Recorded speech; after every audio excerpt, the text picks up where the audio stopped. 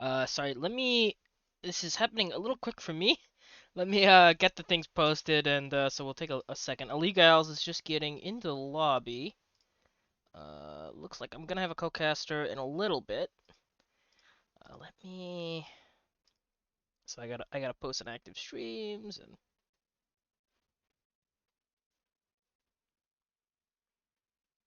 Oh, maybe Ozone will just do my active streams. Okay, let's hope he does. That's a pain to deal with. All right, how you guys doing? This is first game for the new CDUB. I think everybody's excited that CDUB's happening again. Definitely am.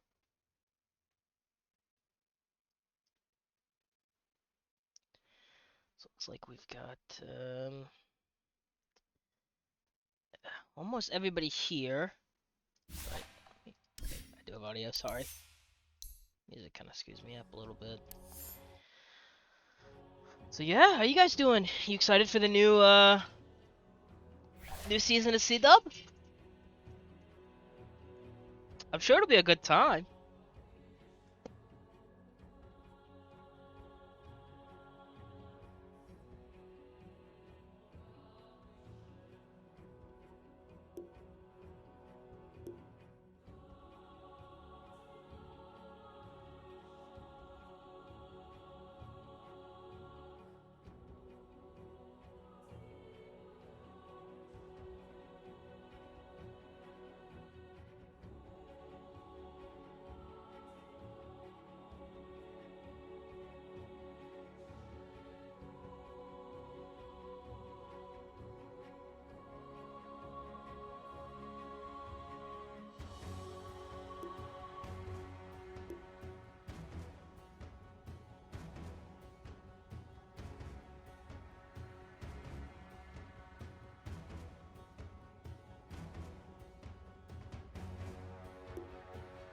Okay, so apparently we're running into a bit of issue. Maybe he's not registered. I'll actually pull him in. Sorry, figuring out.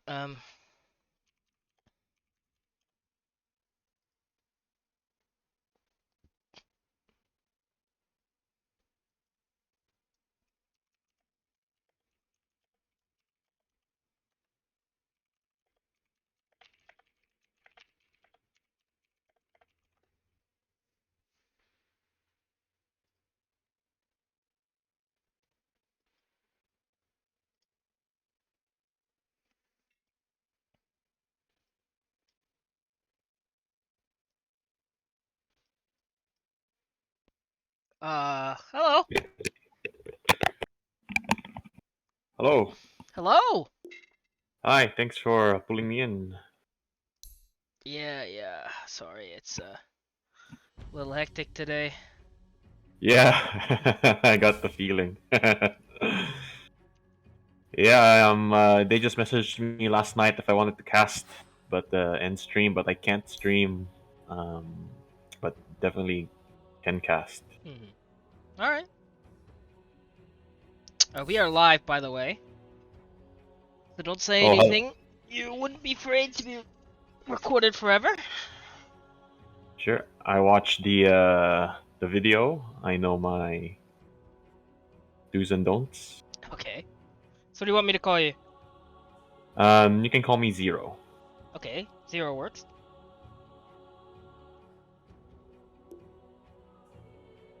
How's your day going? Uh, it's going pretty good. I'm thankfully off for the weekend, so Perfect. Always a good thing. good. And so I don't think I don't have all the information, like the lobby. I don't Oh, know if I don't the know. it's illegals or legals versus CSM, and it's in US East Captain's mode. Um, and actually I should send you the password so we don't get stream sniped because it's actually happened before. That's the password, and the capital Thank is you. there. So Thank you.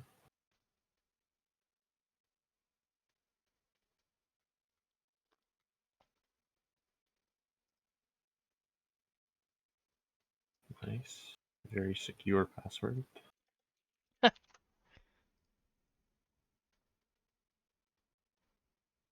And I should be in.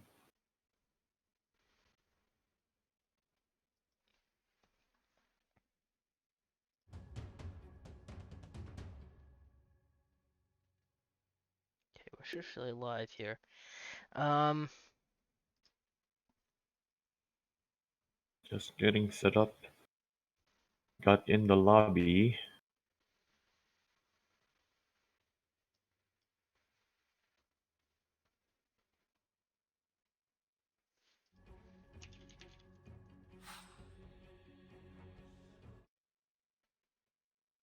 sorry, Illegalz is apparently struggling to get all their players into a voice chat. Okay. Today has been a day filled with technical difficulties, Yeah, which is there's really a lot going on right now. But it's definitely a good thing that tournament started back up again. You gotta love that. for sure. Love some tournament style Dota. Um,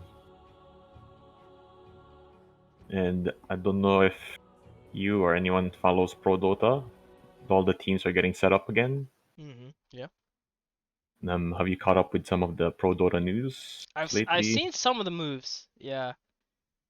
Apparently Um, OG is being pretty gutted. Down to one player. Yeah. Uh, Yeah. I mean, OG, good run. Last two TIs, mhm. bad run. Or the 1-2 TIs, bad run. The last one. But I think ending it that way is not a bad way to end it, I would think. Yeah, I mean, back-to-back wins. It's nothing to be like. I mean, those guys are multimillionaires. They did something nobody else has ever done. There's nothing wrong with that, right? Yeah, I don't know if anyone in the near future can actually do back to back again. Hmm. Um, but yeah, Seb retired. Thompson staying with family. Um, some rumors saying No Tail is also headed for retirement. Okay, Stick. Can you drop into the cast channel? Sorry, where is the? It's the toggle broadcast channels button. Oh, okay, Yep. I used to enter anyone. And I think that's it. Okay. I think everything's right. Let me make sure. Okay.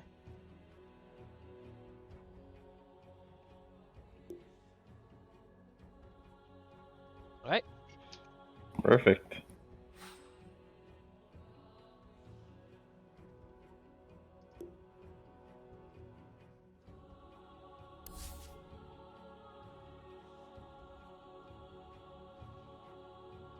Must have a remake there. Cancel.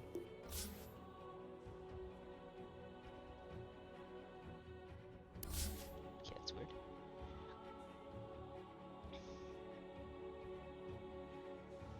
The CSM seed will actually take the coin toss.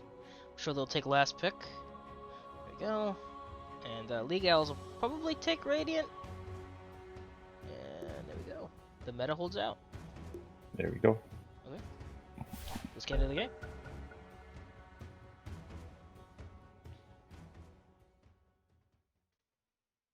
So Team Illegal actually was the two-time CDUB winner of the first two seasons of CDUB, but completely have changed their roster. Only Grace is the only person still here.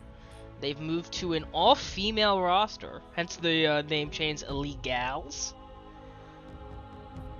So, definitely excited to see what this new roster brings. But CSM Seed were the champions of the EU division, which was fairly small, but It's that team seemed really good. So I'm glad they're really here to playing with the big boys in the normal Dota or the normal CDUB division.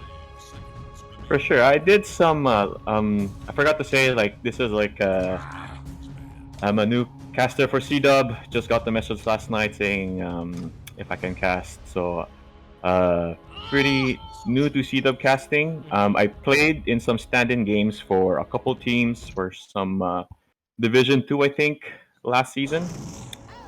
So usually I like to prepare and read some of the team stats. Um, so coming off pretty blind into these two teams, but from what you're saying, both champions in their divisions. CSM Seed, a champion from a smaller group. Not sure if that'll affect their performance. Just fighting with just a couple people can kind of get stale. True. But strong first Illegalz pick for Ogre Magi. We see. It's Bathroom. it's funny. This Ogre Magi is a it's an illegal staple. Back when last season. That's also an illegal staple, but go ahead on your analysis of the Dawnbreaker. I see it a lot as a Dawnbreaker 4. I've watched Tim's from previous TNC play Dawnbreaker 4 during his pub games. Good stats, both tanky heroes, their first two picks. And it's going to be a pretty good lane balancer, I think, these two first picks. What do you think about the Bathroom second pick? Yeah, it's I like it. I think Spearbreaker allows you to put a lot of global map pressure that no other hero can output. I mean, Spearbreaker can be really bad if you get behind and he gets behind and really your charge is useless, but otherwise it gives you a lot more global kind of map pressure, or at the very least allowing a support to always get into the fight or back to lane is pretty good. Yeah, completely agree. And then with the recent patch change, I think, for Spearbreaker, I think increasing the ult damage, I've just seen them being played a lot. Any people who watch BSJ, I've heard a couple of friends recommending his analysis of the new Spearbreaker meta now in this 30E patch. Spearbreaker is a pretty good hero now. Glad to see it. The Space Cow is back. Yeah, definitely. I mean, I know all the Nature Prophet spammers definitely aren't happy to see this hero back. I mean, Dota's a game of winning and losing, right? For somebody to win, somebody else has to lose. Too true. Yeah, and a pretty good. I don't know if these two teams pick Tinker a lot. I know Tinker is a little bit on the rise for being picked. You see it got picked in the TI 4th round, I think. Yeah. Or Grand Final 4th round. But Spearbreaker kind of cancels that choice. Very true. Because if you show in map, he just charges you, and they know where you're going. It keeps vision on you, which is like actually a huge underrated part of the ability. And we see a couple of interesting bans now.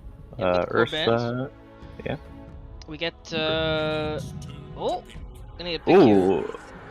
That's a pretty big quick Spectre, but I mean, it works a little bit more on the Spearbreaker global kind of map pressure. Obviously, Dawnbreaker is another hero that can show up to any team fight. But right now, the draft is pretty interesting. I mean, Lich doesn't mind fighting once he gets 6 if he has his Chain Frost. Okay. Mereska has arrived. Alright, so Dark Willow. Pretty interesting hero, but see the next few picks. I want to let you time to speak, but yeah, I like the Spectre with the Spirit Breaker because it gives you it's the Spectre, but I think the Spectre's really early though. There's a lot still in the pool to counter it. For sure. I agree with the early Spectre pick. My guess is that they are going hard on the global presence that you mentioned with the Spirit Breaker second pick. From what I've seen, a lot of people have been buying Aghanims after Falcon Blade to get into fights earlier. Ooh, Wraith King. I think that's a pretty good pick. I think what CSM Seed is going for is once they get their Spectre Aghanims, they're gonna go for a lot of early fights or mid game fights with their Spectre.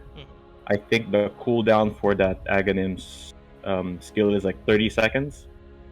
So that's gonna be once Spectre gets his Aghanim, it's gonna be pretty fast mid game, I believe, back and forth. Yeah.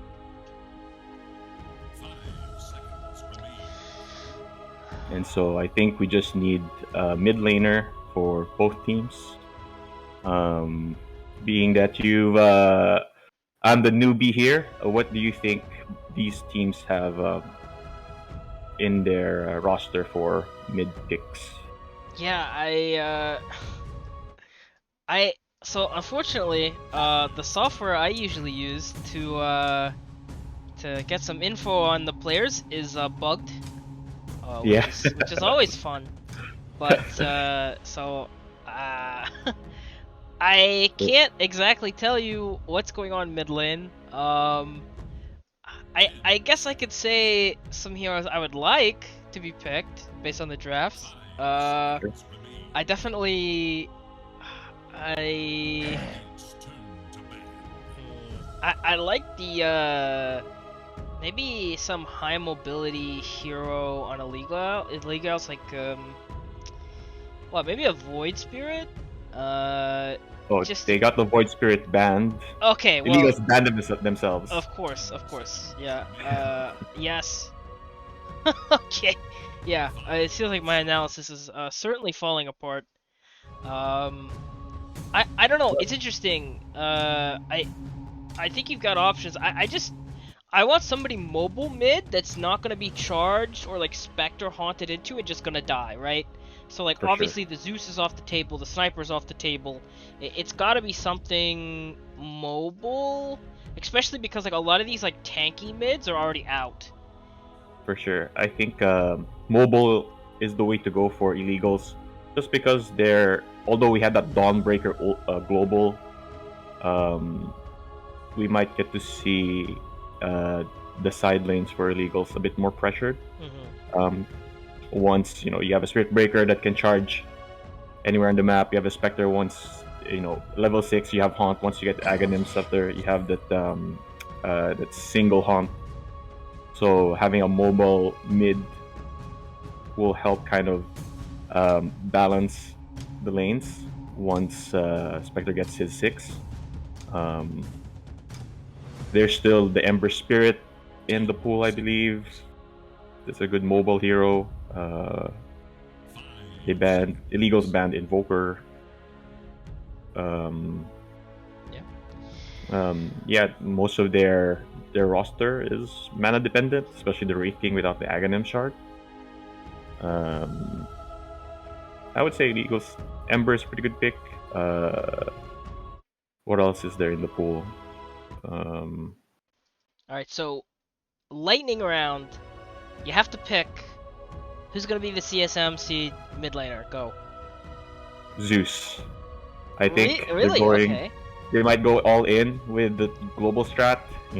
Zeus. You can play safe with the Zeus and not go pressure the mid lane too hard. Just farm for your Ags, and then let the Spirit Breaker, the Spectre, take care of the fights, and just throw in that Nimbus Cloud and your ult.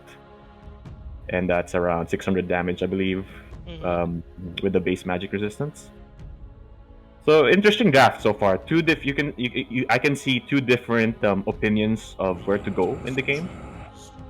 Oh, and silencer ban. Interesting. I think Yeah, but go ahead. I think you're right. I think this is an interesting choice, at least for CSM. I think it would be an awful choice for Illegalz, but I mean, I'd say either Zeus or the Tinker for CSM.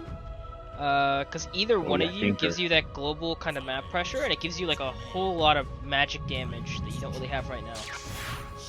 There you go. You're talking about that mobility. Storm Spirit gives that mobility. Yeah, I mean, it's got to be one of the spirits, right? Definitely. But the problem is, I think for Illegalz, Storm Spirit needs to carry their team from the early game to the mid game. Once he hits level 6, he needs to pressure the side lanes and make it a little bit harder for Spectre to get his Aghanim Scepter, or make it harder for the Spirit Breaker to pressure the other side lane, or the lanes where he's not in. So I still hold that the Spectre Aghanims is the strongest Aghs in the game. It is incredibly frustrating to play against, especially as like a support, because it's just like it's a free kill. He can just haunt over, hit you once or twice, and then just haunt away, like globally. Like, well, that's balanced. Thanks, Gaben. It's so annoying. He does it for free too. Like, it doesn't cost him anything. It's a 40-second cooldown. Yeah. Like, it's yeah. So far in my pubs, when there's a Spectre in the game that's gonna get Aghanim Scepter, I don't see the Spectre. If I'm playing against the Spectre, I won't see it until he gets Scepter.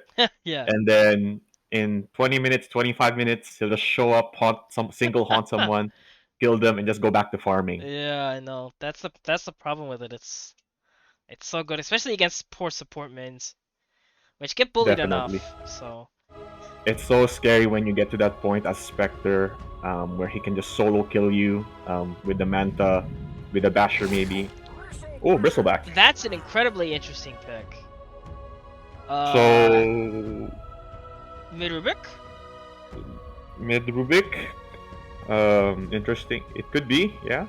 I mean, I don't think to see a mid-Bristleback, but yeah, I mean, it probably is the mid-bristle, but I am not a fan of Bristleback being mid anymore. I'm actually not a fan of the hero at all. I think that every time I see it in pro games, unless it has like some big combo, like with like a Veno or something. Oh, Lord, yeah, whoops. It doesn't really do very well. yeah. But so now I think the onus is on Illegalz to not only think about that global strat that CSM Seed might have, but also have to take care of Bristleback as well. That no one on the Illegalz side has a break mechanic, and so I think they need to build a silver edge on the Wraith King. Yeah, I like CSM Seed's draft. If they're able to have a strong laning phase and carry that strong laning phase into a active mid game phase and prevent Illegalz from building a silver edge or getting kills, I think CSM Seed might have it.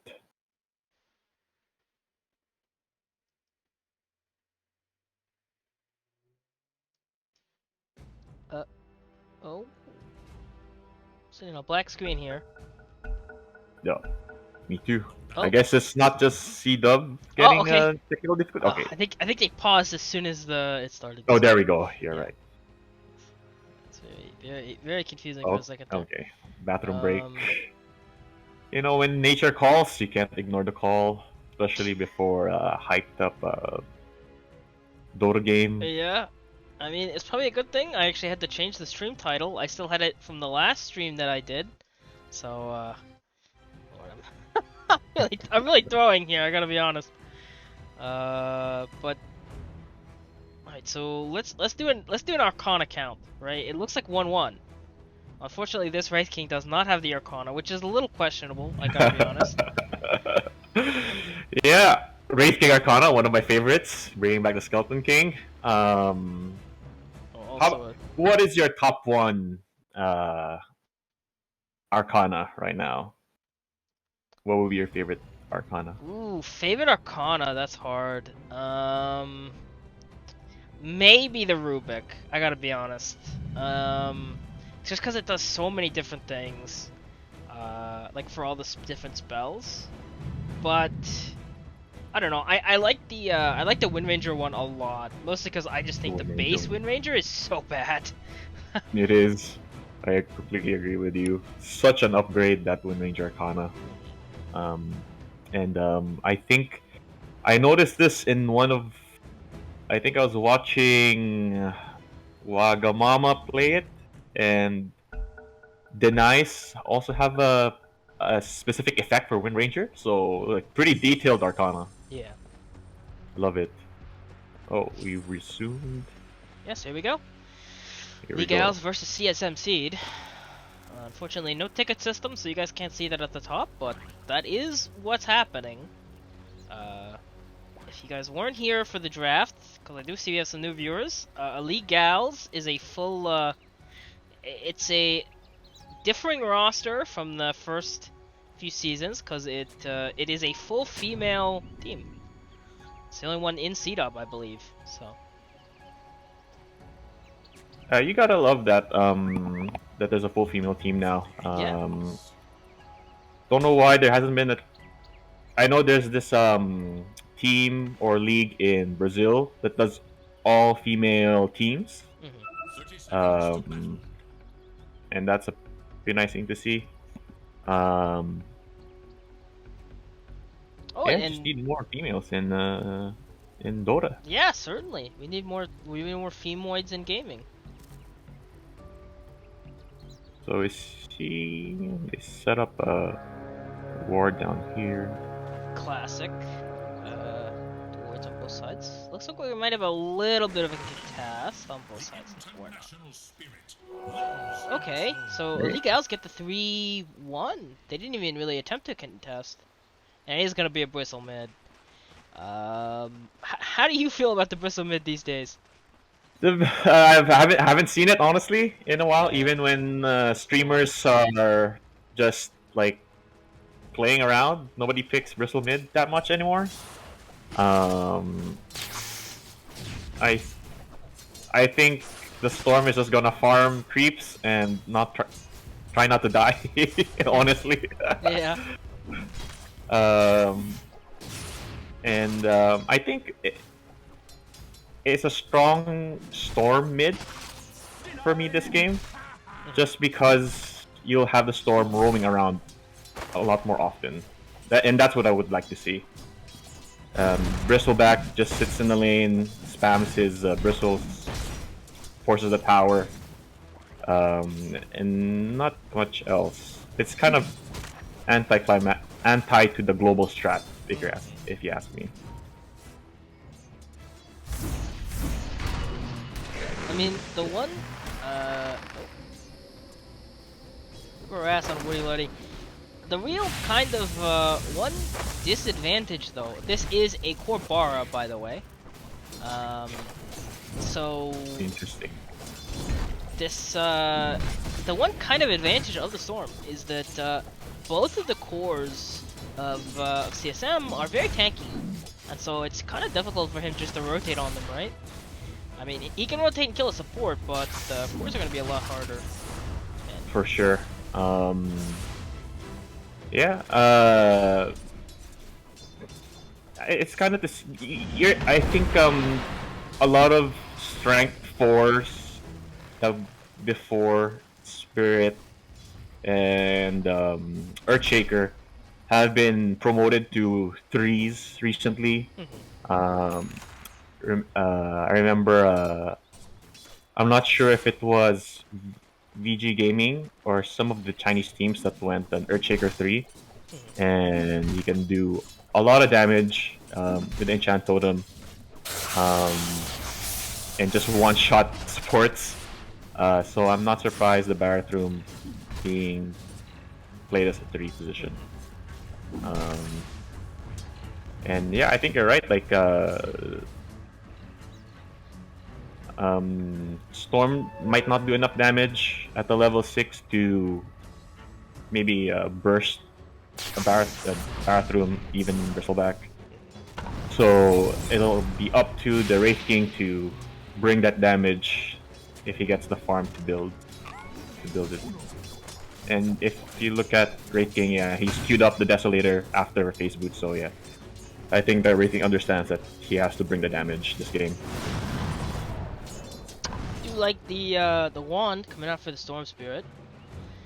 I'm not Yeah. really a big fan of the item normally, but of course he is up against the Bristleback, which is really just free wand stacks. And yeah, you see the Bristleback also buying Ring of Health first, rushing the pipe or the hood.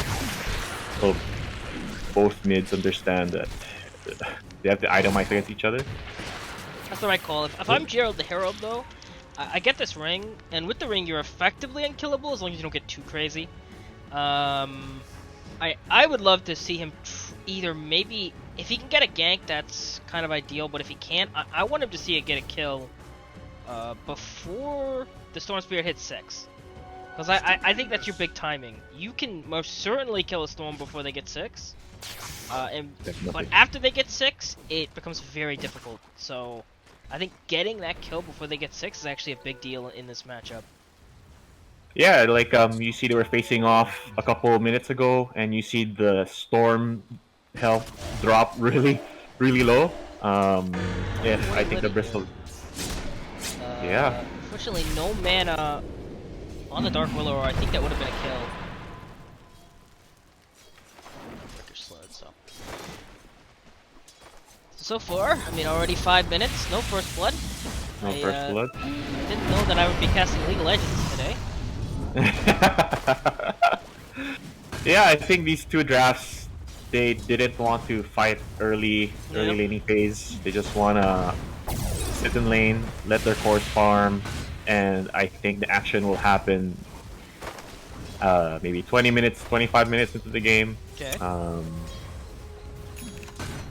So, and Yeah. then bottom, same thing. I'm not too sure about. It's really hard if you're a racing player. You know you need damage, but you have a Bristleback and then you have a We might Spectre on have the first other blood team. here. Never mind. Ooh. Don't tower. But okay, turning down onto the Dark Willow. No mana here. Does have the urn. Gonna lose his courier. It's gonna race to who gets first Here blood is the first. first blood, yeah. Okay. And it's gonna be the Illegalz on the Dawnbreaker. Is she gonna get a double kill? Has the She has Soul no. Ring. So she can Soul Ring. Pop it, gonna use it. But it Yeah, didn't. Nice rotation from the Rubik. that was a really nice trade, but I think the Yeah. Dawnbreaker didn't see the Rubik TP in. He was TPing behind trees, which Yeah. was pretty good TP. Also And- the stick. I don't think he anticipated the wand charges onto the on the Spectre. Right, and I don't know if the Spectre had the level 2 dispersion at point, but level 2 dispersion, yeah, if you can't trade that much with Spectre if you're that low. Yeah. Unfortunate, but I mean she did get first blood, so at least you can take that as consolation prize. You get that little bit extra gold. Definitely. 300 gold for the Dawnbreaker, 188 gold for the Spectre. So you can see the first blood gold is very well worth it. So it's good for everybody. It's good for both teams and good for the crowd. We finally get some blood in the arena. Looks like grass bottom, but nothing's really gonna come for that. I find it interesting that both both the mid laners are spending the least amount of time in the mid lane. Yeah, they can't. They both know they can't kill each other. Yeah. So back to the jungle we go. Yeah, clear waves and Arm. go to the jungle. Yeah. Might get another kill here. Yeah, on the big Niv. Yeah, so they have gotten to the point where you know, the Dark Willow plus the Dawnbreaker is a pretty good kill lane. So I think they've gotten to the point where they realize that it's kind of hard to kill Spectre, but it's not so hard to kill this this Lich. Oh, never mind. Maybe it is easy to kill the Spectre. Steph Jelly falls bottom. Oh, nice haunt. Not sure where he went to with bottom. So they actually kill Steph, who is still only level 5, not level 6 yet. And that's not what you want for your Wraith King, who's gonna carry your game. I was mentioning a while ago before we got off first blood that it's really hard for Wraith King. You need a lot of farm to get the Deso and the Silver Edge. And that kill is not what you need right now as a Wraith King. Consolation prize, well, actually no, maybe not a consolation prize. Hey, it's difficult, yeah. Yeah. And you can see that the 3 Spirit Breakers doing a lot of work. The Spectre's level 6 already, you know, using his ult. Wraith King level 5 still. Even with the Bloodlust. Exactly. And so the Spirit Breaker got his level 6 first. Interesting. Yeah. Maybe just pushing, like, some of that's probably pushing in the wave, but I don't know. Like, Wraith Kings, I guess, is just kind of struggling here, which you wouldn't expect. No, definitely you wouldn't. Yeah, just look at the last hits. Wraith King is down 6 last hits from Bathroom, having well now 40 last hits. I like that. So Dark Willow prevented the pull. Maybe not, actually. Lich gets 1 creep, and that's all he needs. that's all you need. Keeping the lane safe for the Spectre. That Brambles isn't really gonna hit. You got on the Willow, but I don't really think you can kill that hero. Yeah, they're not even gonna try. I mean, 2 points of Shadow Realm. Even excuse me, sir. Okay, he's gonna back off. I definitely don't think he can kill either of those heroes before the tower kills him. But I like the effort. Oh no. Unfortunately, he's killing Gotcha. Yeah. Ogre, I'm not sure what he was doing way up in the near the secret shop, just before the secret shop high ground. She doesn't have any money, so I'm gonna guess she was buying her mana boots. But Yeah, I could. I don't know. Ogre That's a wild guess. I think you're right. Ogre has just mana boots on cooldown. So the Wraith King is now opted to farm the jungle, which is what I think is the right decision, what you should do. You can see from the last hits, hard lane for him, losing to a Bathroom 3 on last hits. Not what you would expect. But probably it's also because of the Rubik level 3 Fade Bolt, that 28% reduction. Oh, we might get a kill at the bottom. You're gonna kill Nice mid. save, Ombre. Grace Jam's getting dove. Oh, actually, he's gonna Rubik get away. kill.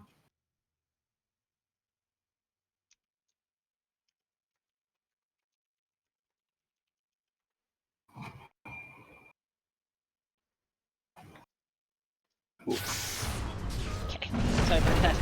You might get a TP out. So yeah, it's this bottom lane is not going so well for CSMC, or sorry, Illegals. They had to rotate the Dawnbreaker using her ult just to save the Ogre, but got the Rubik return for that. But you had to bring in the Wraith King. Oh, we're charging mid. To stop. Oh. She has enough mana to get away though. She will. Did have the Dawnbreaker behind, so I think she was okay. But there is a double damage bottom. You need that for Storm, or at least for not the Space Scout to get it. Yeah, so. I guess it didn't have vision there. So if any of the supports just kind of shows up to maybe sit in a Or lane, the Spirit. or Grace Jam, The Spirit. She really doesn't have any more mana. One more hit. Oh my gosh. I do think she electric vortex to creep. Maybe not though. Maybe she did the bulldoze. Okay, I think actually it was just the bulldoze. Kind of dispelled the effect. I heard the noise, but it didn't seem like the duration was very long. I did hear the noise too. Charge And top. like Onto the Dawnbreaker. there's Still double damaged. There's still double damage going on a Dawnbreaker.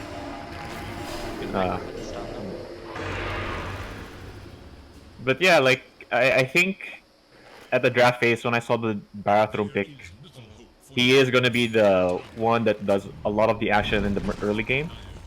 And since he had a really good early lane, you see him 13 minutes with an Echo Saber, Face Boots, Bracer.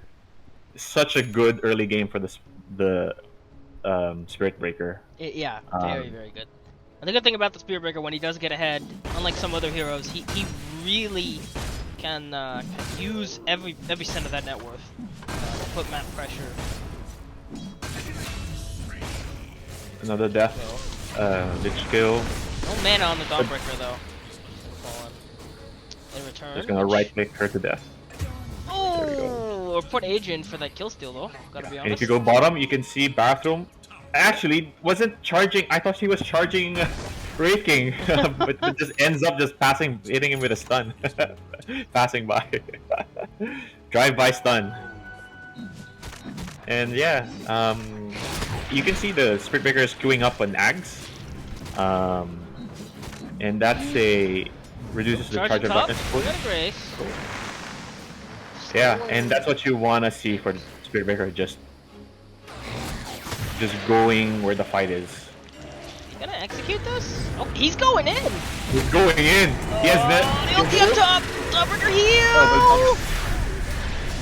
Unfortunately, Grace does just get away, but we even have a haunt in. My gosh, is gonna fall. Dawnbreaker's zoning on the back lines. Grace is really low, but gonna get away. And Dark Willow is gonna fall. Gonna get the charge into the Dawnbreaker. The stolen axe.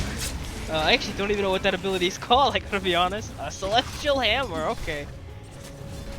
And so yeah, that's 3 for nothing. And we got to see a bit of that. You know, some big team fight ultis pop there, and a lot of the global map pressure. Yeah, and then that was all under tier 1 too. I mean, they had that armor buff from the tower, that 5 HP buff, I think. And it was just enough damage. The bathroom, is just doing a lot of work, putting tons of pressure. Just keeping back in here, all alone. Agent's gonna get the nice cancel there.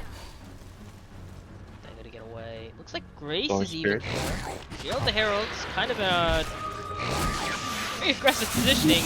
Grace, I don't think you want to be here. Still has a full mana pool though. Getting hit by the urn. Those stacks are so low on the Adrian. Spirit Breaker chasing it. Oh my gosh. The Greater Bash, 17%. Oh. Okay. And they're even wow. Oh yeah, this is I don't think that going well. I don't think those rotations to try to defend this tower are really good, and Bar is charging somebody else. I have no clue who it is, but whoever it is gonna have a bad day very, very soon. Oh, it's a creep. Alright, well that creep's gonna have a bad day very, very soon. Spirit Breaker, I wanna farm this bottom. And yeah, I'm not sure what the answer is for Illegals. Oh gosh, we have even more kills. That's done. At least it's gonna hit the Rubik, but Gerald the Herald doesn't care, like most Heralds do. Okay, Dawnbreaker tries to save, gonna get the stun, but Gerald the Herald's just gonna walk out. Yeah, there's gonna be a cut trees by the stolen hammer throw. That's probably gonna be Adrian dead though, at the very least to the tower. Bloodlusted, actually not the Bloodlusted, I thought it was. Probably not a good idea to hit the Bristleback. Haste Jam going in, doing exactly what you said not to do. Oh, the haste on Gerald the Herald. Oh no. Gonna try to kill Grace Jam. Very little mana, very little HP. He's gonna back off. He's gonna smart position. Yeah, you see the Dawnbreaker ulting in and use Starbreaker proccing the Bristleback bristles. So that's Yeah. probably what did in the Dark Willow. Oh. Yeah, I mean, and this is really has to be really scary for Illegalz. I mean, at the end of the day, I don't believe you have the late game, right? Because you are playing against this illegal, or sorry, you play the Spectre, right? I mean, you have Storm Spirit, which is one of the best late game heroes in the game. I don't know, how do you feel about the late game here between these two teams? Yeah, I think you're pretty much right. You see, we have a 3K lead on CSM. Actually, Wingman rotating on the Spectre, so you're gonna have to finish that Yeah. thought later. Oh, Oh, the haunt what? I don't into the Wraith King. I don't The know where Wraith she King. went. Oh! Okay, the Wraith King. Spectre just kind of panicked. That's actually the worst case scenario. I have to be honest. I mean, dying, yeah, that sucks, but giving the kill to the Wraith King is probably the worst thing you could do there. Bar's charging top though. I don't. Is he gonna get passed by Roche? The answer is no. Oh, he stopped. Yeah, he just stopped it. Yeah, that was not the best kill to give. If you knew you were gonna die and had to pick Yeah. a hero, Wraith King was not the hero you have to go hunt into and die. Now that the tower's gone, they're thinking about contesting. I think it's a little late for that. Adrian might catch the Dark Willow. We're down. Get the steal. That's a good terrorize steal. Really good brambles though to stop the charge. No, Doesn't stop the the ult strike. though. And that's gonna be one kill. Question is, can they extend it? 4 more. Dawnbreaker's trying to get out of here. Going to be what, Saliva on? I don't even. We'll go with Spit on. Another charge here onto Grace Jam. There's the one stun. Are we gonna get the first hit bash? Answer is no. Spirit Breaker just being annoying, even diving the Storm Spirit near tier 2. Yeah, I love this high tempo. And this is like the best thing, right? You have 4 heroes that feel confident to run around, get team fights, while your Spectre just farms and then haunts in to team fights. Or Phantom Steps. This is ideal Spectre game. If you're Spectre, tell your team, I just want to farm jungle. I don't have haunt. You go make moves.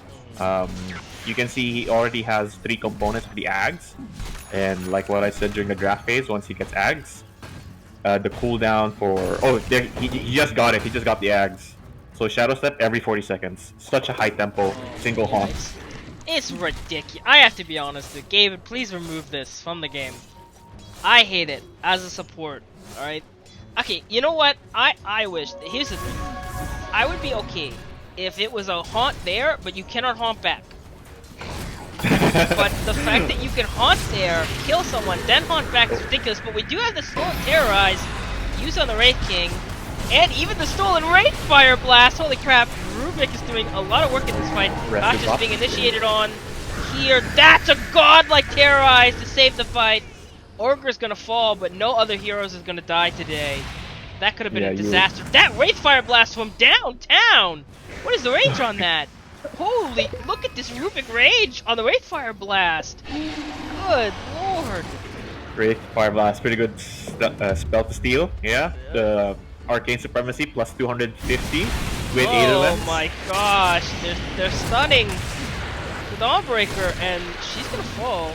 Does have the Starbreaker or Solar Guardian. Not gonna commit it. Willow's trying to commit on this. Oh no! Wow. Okay, Spectre commits way too hard. Yeah. The Bristleback kind of left tower. Yeah. It's kind of broken up a little bit. Sword Spirit's trying to go on the back line, though, has no mana at this point. Has 7 stick charges and are here to back her out. That's the charge, though, from the Space Cow. And he's here and he's angry. Oh, he's hitting into this fairy. Gets the bass. The stolen Wraith Fire is actually ridiculous at this point. Gets the double kill. And it looks like Breaker with a double kill. Gerald the Herald's doing his thing. There's the Space Cow again. Oh my gosh. And this is starting to look really bad for Illegalz. At the very least, your Wraith King does survive. You got has that Shadow Constellation Blade, for you? has the Desolator, but yeah, this is starting to get a little out of hand. Not that bad. exactly. Vessel, Shadow Blade really need that Silver Edge to make any moves at all at this point in the game. But yeah, I just wanna point out how that early start for the Spirit Breaker just making it hard for Storm Spirit now. Storm Spirit level 14, with the Bristleback level 17, and Double Storm damage on can this bristle. Great and Storm fire can blast harm. way downtown. That Terrorize gonna hit though. Rambles does And if too, you look but up top, Barathroom going for the Storm Spirit. yeah, Storm does have enough mana to zip away though, but instead, gonna commit Orchid, but yeah. Long zip away. Yeah, 100% of her mana used there to try to get away. And this Bara is very scary at this point. Yeah, with the completed Ags every 7 second cooldown. Just be everywhere on the map. Could be charging somebody right now. To initiate on a hero here. Hit the Dark Willow while he passes through. Very deep. His friends are coming. Stolen stun. Taken by the Rubik. Chain Frost is doing okay damage. Looks like they're gonna re-initiate though. Gonna get Bar while he's low. Gonna burst him down. That's a 7k kill streak. 500 gold for the Storm Spirit. It's a very Yeah. big kill, yeah. On a Very very big hero too to get that kill on. Actually, thinking about going Lincoln Sphere, which is really good against the power, right? That is really the answer to it. The You need to build Heralds. defensively this game as Storm Spirit. You need to survive these fights if you want to you want to have some effect on your team fights. Right now, like CSM Seed controlling the map, they have to fix that somehow.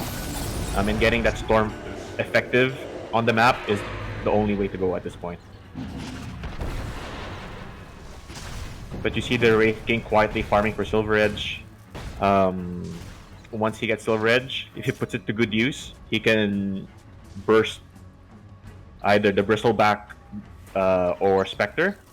And keep in mind, well, Spectre has one ultimate orb, 2k health.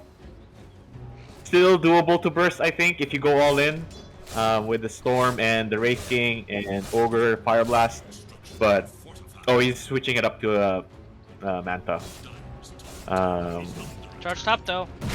Space Cow gonna get the first and second bash, but Wraith can just kind of zip away and is gonna zip away. Yeah. So the answer is, what do you? Okay, so we got another dive. Oh my gosh, that Terrorize is gonna hit, but it's not gonna save her. So both supports are gonna fall inside of Illegalz. This is definitely a difficult game at this point. Feels like CSM is just really closing the noose here, constantly taking fights, even really dive towers. Power charge again. Gonna haunt in. They really want to kill. Are they gonna get the bash though? Or The bash? No bash. oh my gosh. Alright, see, that Getting means... too many bashes. Yeah, I think Bara needs to spend some more money on cosmetics, and he would have definitely gotten the bash there. True. Gaben gives and Gaben takes. He needs. I don't know if Tree bought the Spirit Breaker taunt. Pretty good Of course, taunt. yeah. It really is. It's one of the better ones. You can do it while charging too, which is Exactly. it's really nice. And again, Spirit Breaker has a double damage, so again, this Spirit Breaker should just be charging anything on the map at this point. Yeah. Anything you see. And here he Anything you goes. see. And here On he a race goes. jam, zipping away, but Bard doesn't care about that at all. Doesn't get hit by the brambles. Does get silenced, but he's bulldozed. So he doesn't care about that at all.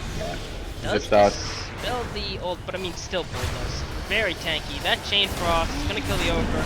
Reinitiating. Oh, that's a lot of damage. It's gonna hit. Dahlberg from behind. Steph, I really think the fight is over at this point. Please don't commit for this.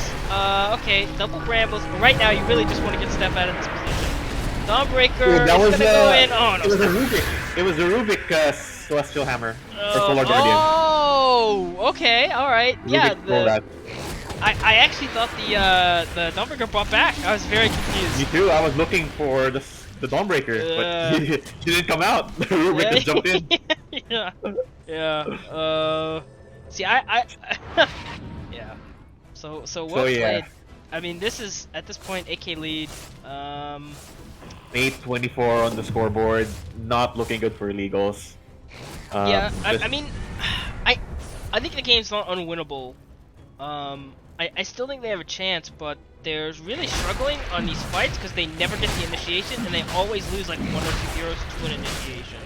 And you cannot definitely, win yeah, team fights like that. You're gonna lose first. There's nothing you can do definitely. to contest this. No. One good consolation, Wraith King is well farmed despite their being on the losing side of the kill scoreboard. And you know, as we expected, Spectre getting the Aegis. Let me just switch to net worth here. Yeah, Wraith King behind the Bristleback and the Spectre Yeah. in net worth. Um, Even I'm this. happy that he was able to get his Silver Edge, Hmm. uh, but at this point with the Aegis on the Spectre, it's CSM Seed's game to lose. Yeah. Um, I mean, how. The question is, how do you kill the Spectre once, and we're not even like twice is outside of the realm of reality, right? I mean, you're talking like fountain diving, or they're dead and all their ally, or some crazy stuff going on. yeah, you would just pray that the Spectre pulls an Anna or Humble God at that time he was called and just dives fountain Yeah.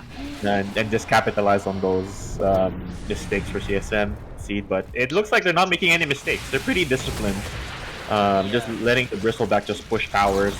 Which is You great. see the Yeah. Spectre. Yes, that's what you want out of your Bristleback. Just want Spectre holding back a little bit, not showing. He has Haunt and Shadow Step available, so no issue there of Stun jumping there. in Mars gets cancelled. So Guardian committed from the Rubik, actually. from the Rubik. Yeah. That's a double stun on the Spectre. Okay. Oh my gosh, So this cool. gets me healing. No, it doesn't even die the first time. Oh no, Mars charging in now.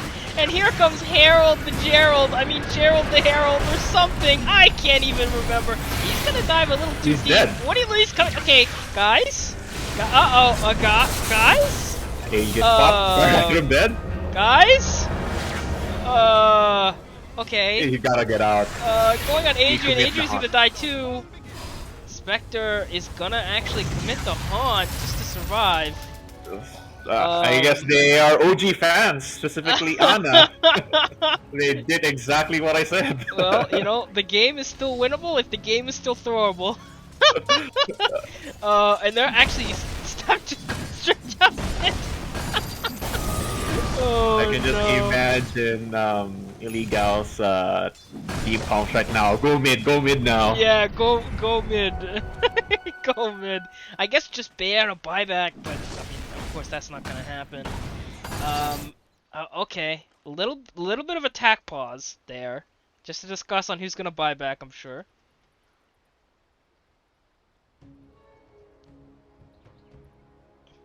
Yeah, so got a little bit of a lag.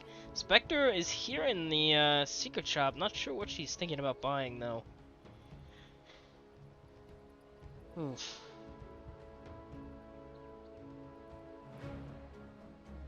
Having some issues myself too. I Oh. got kicked out of the game. Oh no. Yeah, I mean, I guess all the people watching CDUB on Dota TV, and all the teams playing. I mean, that's a lot for the Dota servers to handle, right? So. We do need some Dota tournaments being played while we're waiting on the DPC season. Mhm. And this is a pretty good league to be in and watch. Play in and watch too. Yeah, it's great to have the amateur tournaments. I think that a lot of people play Dota in pubs, but they never really played Dota until you play it, with a 5-man captain's mode team, right? That's playing Dota. You got a shout out in all chat? Nope. Hell no. Sorry, I've been dealing with messages all day. How's EV joined? He restarted. What do you mean?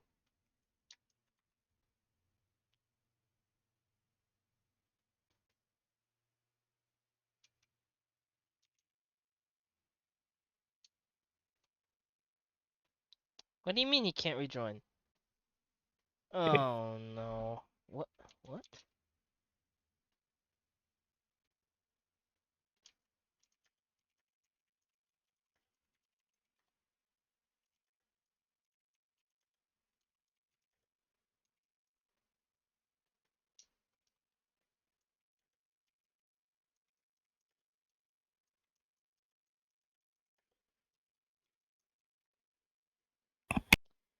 Uh. So you seem to be having technical difficulties with one of the players. Can't reconnect. Oh no.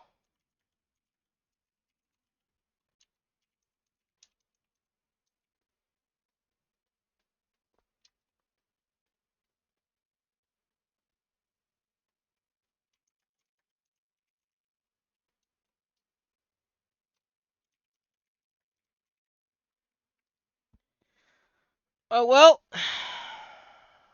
Guess we just need to wait a little bit. Um.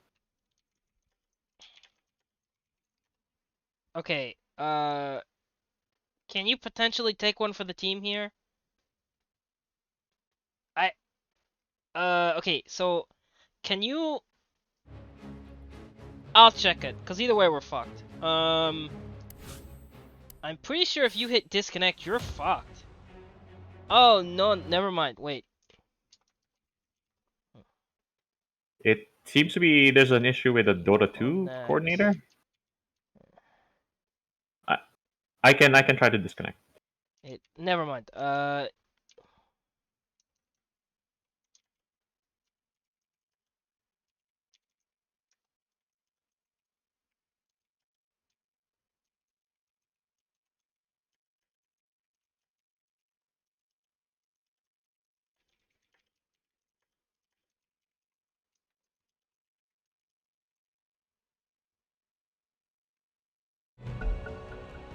I mean, I just disconnected and then reconnected. It should show. It should show the number, unless like.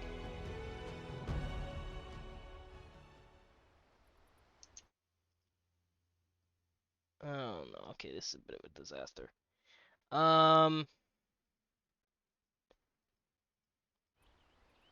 Okay, so for any players who's watching this and wondering what's going on, so apparently the Spectre decided to restart the game.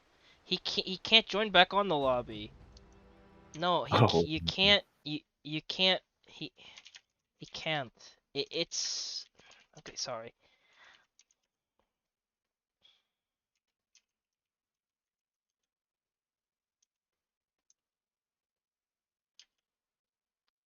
What's it called? Illegals versus CSM mid CSM Seed. seed. Okay. So for anyone who doesn't know, uh, so Spectre decided to restart his game, but when he restarted his game, he must have clicked. I don't know. He must have clicked leave game, and like DC'd, hard DC'd. So it's gonna be a 4-on-5 because Spectre cannot rejoin this game. I there's nothing I could. There's actually literally nothing I could do here.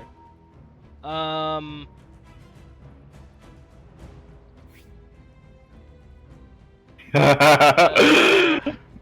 Okay.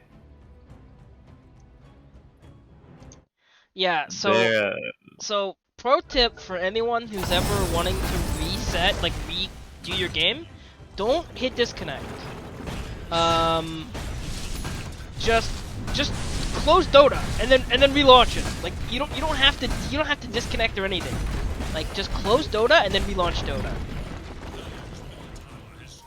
Really unfortunate turn of events for CSM Seed. That's Yeah, I mean, I there's not much I can. I hate it. I hate that it happened, but I don't know how it happened, but I mean, I think he just misclicked it. I mean, that hurts. That hurts. issue that kind of Maybe, yeah. it kicked me out, and it kicked probably Spectre out too. And he probably mistakenly, hopefully, clicked disconnect instead of reconnect, unfortunately. So. Maybe it bounced them out. He hit disconnect, but it was actually like he was already disconnected, and it was leave game instead of disconnect. Oh, hate you, Tinker. Hate you, chat.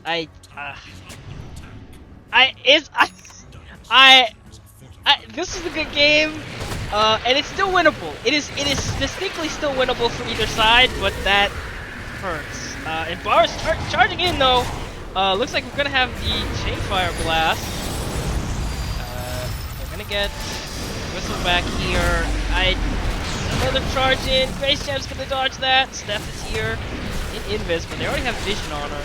They're committing on Steph. I mean, the game is still winnable, right?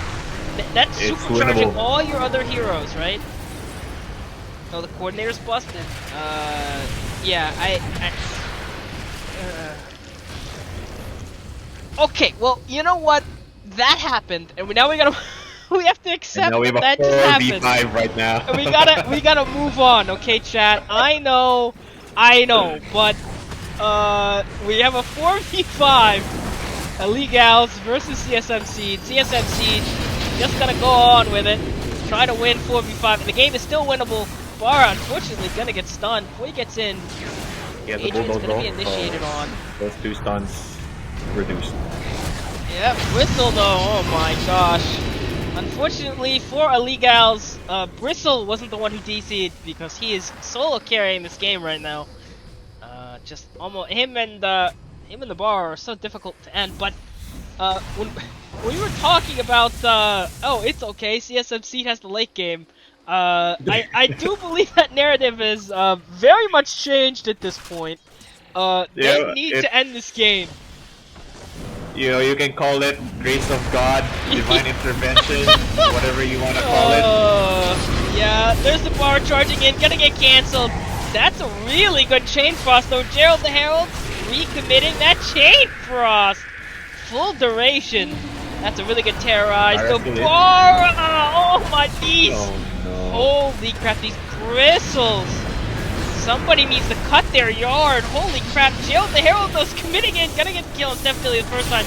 The Space Cow is brought back and he's charging. Express delivery all the way from the fountain, but everyone is dead. Adrian's just trying to get away, but unfortunately, I don't think the support can survive. Gonna have to blink in 2 seconds. Bar's gonna cancel his Oh, the blink! charge in the blink. He got it. Just barely got away. Yeah. Oh, Grace Champ still going? No mana though. And Invis Ruin. Gaben heard Adrian's prayers. Or he just bought something.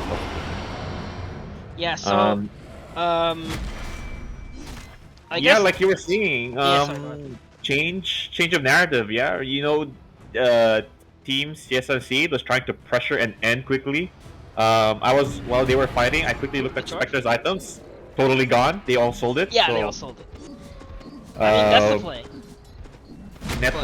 Network infusion for CSMC. Yeah, the play here now is end. Try to end while we have the lead, which you don't have anymore. CSMC network lead now on Team Illegalz. Yeah, rough turn of events for CSMC. It was going so good for them. Yeah. First 35 minutes of the game, first 30 minutes of the game, and now the game plan is to, you know, I guess bathroom becomes their position 1. Yeah, yeah. I mean, so I will say that it could have been a misclick, or it could have been some people in chat, so I'm gonna address it. It could have been just the Steam servers, like he DC'd and then the servers kind of died or whatever, and he just can't reconnect. Like it just bounced him out. I don't know. I don't think there's a rule on that. I don't know what happens there, right? So we're just gonna keep playing it along, and if something has to be done or whatever, I guess it has to be done. But I think it's one of those things where like we just have to play 4-on-5 and then just accept the results of the game. It's unfortunate, but unfortunately Dota is still in beta, right? Yeah, you hate to see don't it. You know, but... Valve is an indie company. Yeah. They haven't. I mean, yeah, it's unfortunate. Nobody, I think, wants to see that. Not even anyone who's an Illegalz fan. But, I mean, No, you want to see them win here yeah. with no handicap. Here we go. Initiation again from Grace Jam. Trying to kill the Lich. Gerald the Hero's trying his best now. He's trying to win the game with his double damage. Break on the bristleback then. And Bar is rushing in, but just way too late. They should have out of mana though. And unfortunately, I think without that spec, they're in a position where they can't quite break high ground. Even with that net worth infusion. Yeah, with the spec gone, Wraithking can just focus using his break mechanic on Bristleback, which is what you don't want to happen. Yeah. The good thing about having a Bristleback and a spec in the same team is that you have to choose which tanky hero you have to break first. And that affects your team fight a lot. Break Bristleback and you get a kill, you still have Spectre, and you don't have break mechanic anymore. So without the Spectre, it gives Wraithking a pretty easy choice who to break. There's Hawk again, of course. It's Yeah, no items too, so they're really not doing any damage. Bar's trying to go on Grace, that Lincoln's gonna pop the ult though. And, well, that kerfuffle happens. Illegalz is just pushing down the mid lane. Definitely gonna get this lane racked, probably. yeah, I don't see at this point with a 5k lead that okay, they're going back. I guess no creeps, waiting for creeps maybe, but yeah, I don't see how they can defend. Wraithking is huge. They took over a net worth lead from both.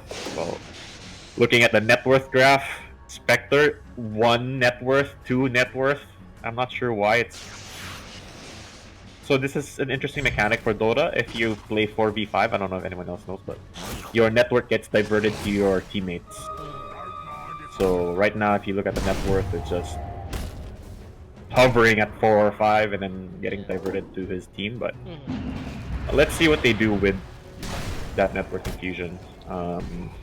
Yeah, I mean, okay, don't break OD. That's from Rubik, though. Can they, at the very least, kill? No, they can't. And now Grace Jam's initiating on the back lines, onto the two supports. Gonna get rushed by Bara.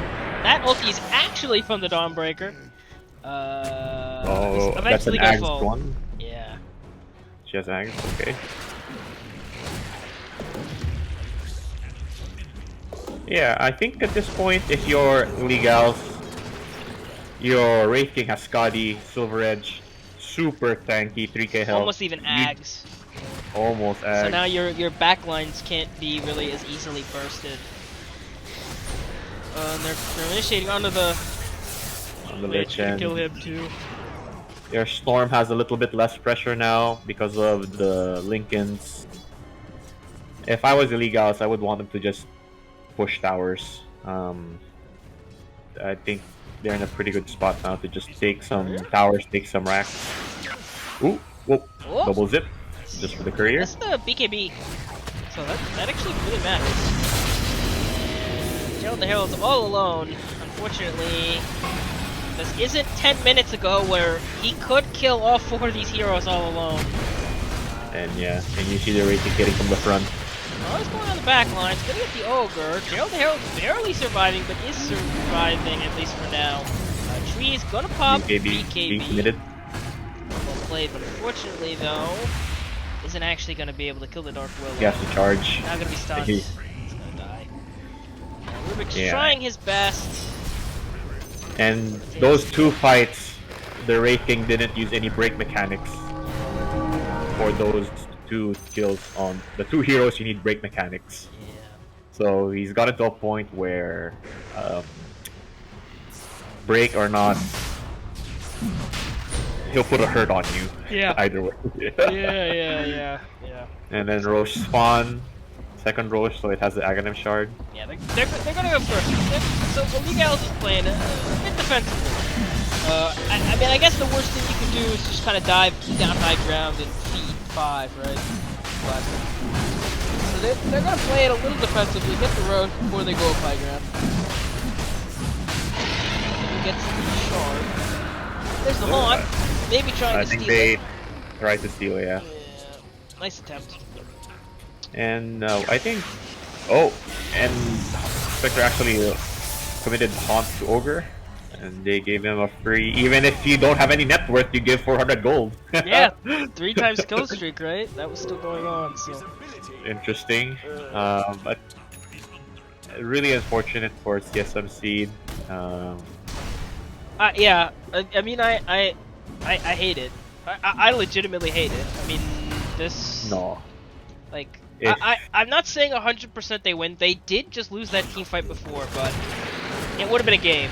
And this is, I mean, this is.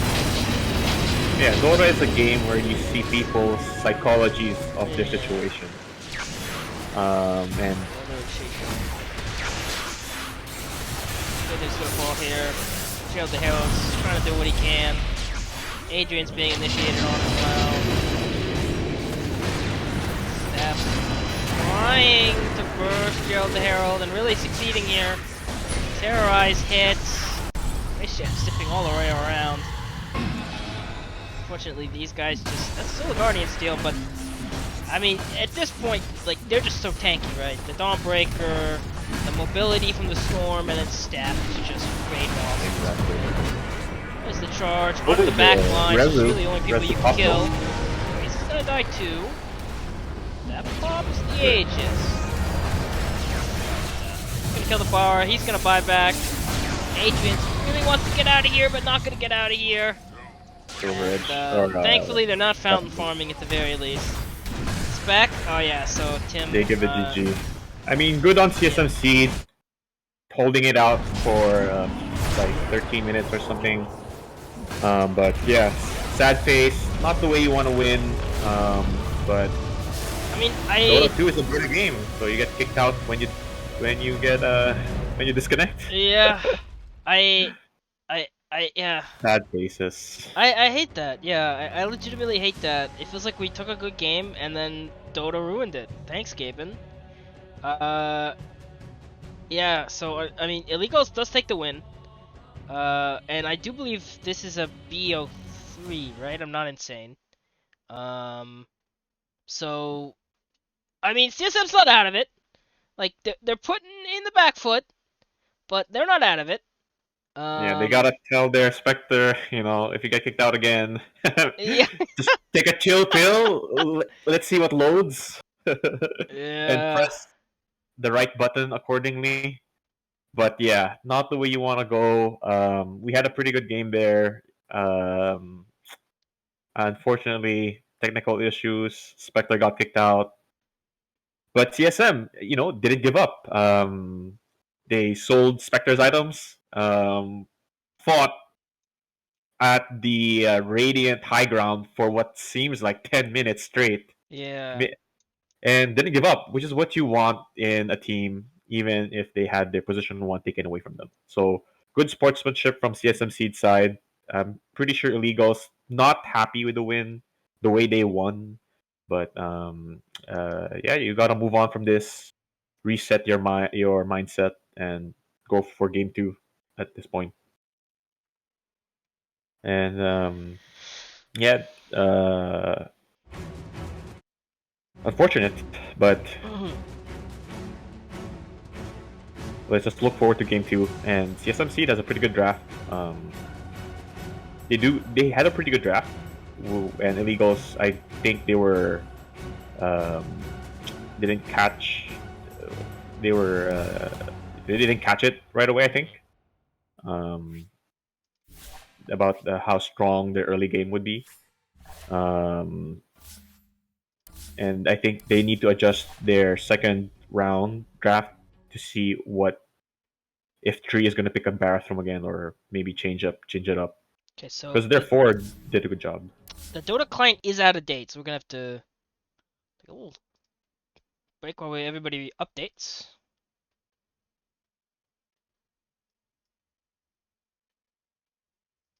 So yeah, if anyone in chat is just joining us, I know some people have come over since the games. Other places have stopped. Unfortunately, with the update, with the coordinator and stuff going on, we did have a player who was bunted out, and so it did turn the game to a 4v5, which Illegalz did win. So Illegalz is now up 1-0 against CM Seed. Unfortunate situation for CM Seed, but I I mean, yeah, it's just something. I, I keep talking about it because it's awful, but it is just, I guess, something you got to deal with. And Exactly. you gotta get your mental back and then move on. The one thing is, like, you were winning that game, so you take that. I hope you take that as like a, it's okay, guys. Like, we'll go into game two and like we'll we'll take it and then bring it back to three, right? Like, Yeah, you shouldn't let this inconvenience kind of ruin your yeah, team vibe or your mentality going into game two. You were winning. You're pretty right. They were winning so hard in the mid game, um, and they should just refocus. Um, I saw someone in chat saying like their Spectre is like it's 2 a.m. for him, so maybe that is a factor when he was clicking the buttons when he was kicked out. So give him some coffee, maybe get him to relax a little bit, because it's probably pretty sad, to go out like that as if you were the Spectre. Yeah, a mental refocus. Yeah, just look forward to the second game. yeah. And yeah, All and right, so I yeah, did message the captain a little bit, or the captain a little bit, and they say they are confident going into game two. So hopefully, hopefully they've rebounded a little bit.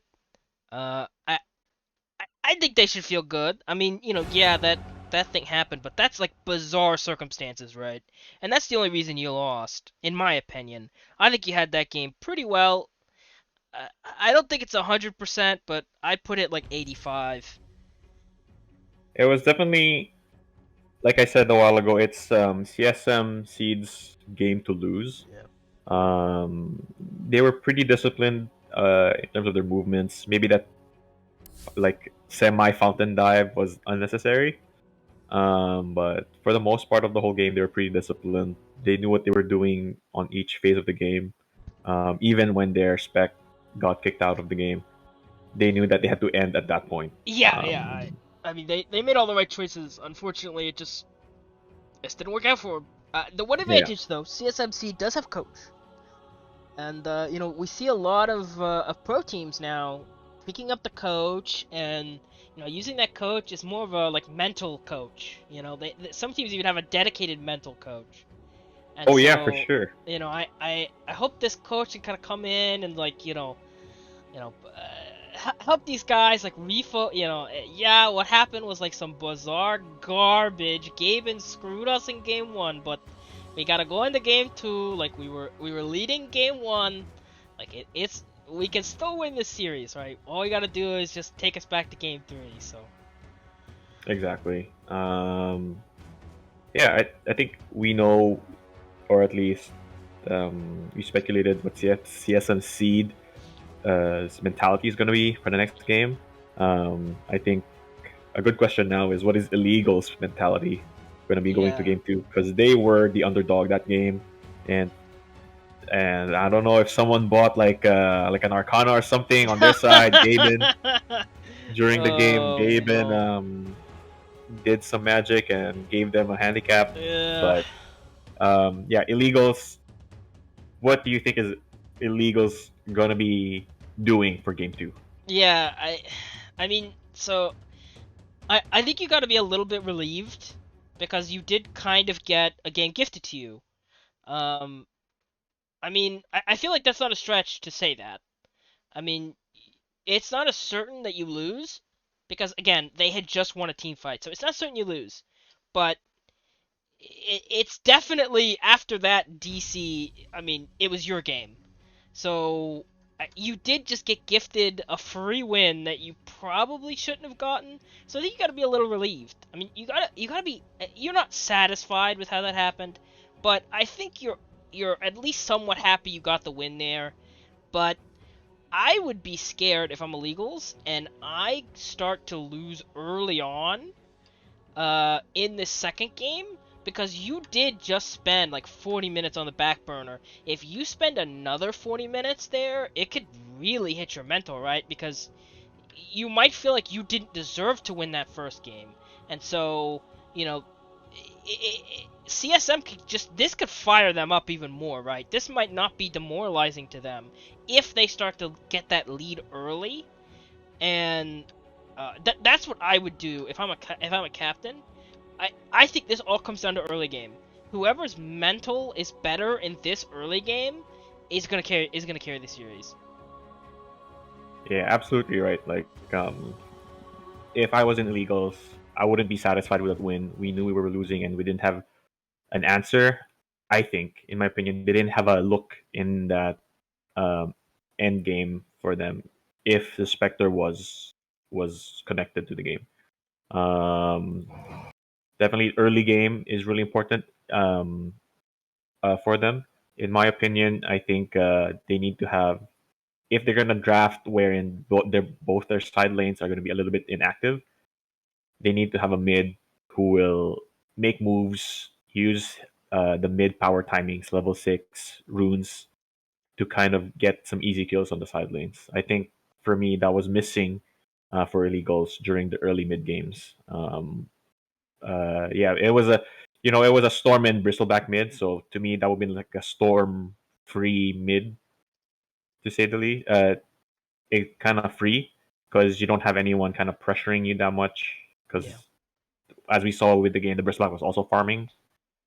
So I think they need to be a little bit more active um, if CSMC is gonna draft something like 3 tanky heroes again for the early game.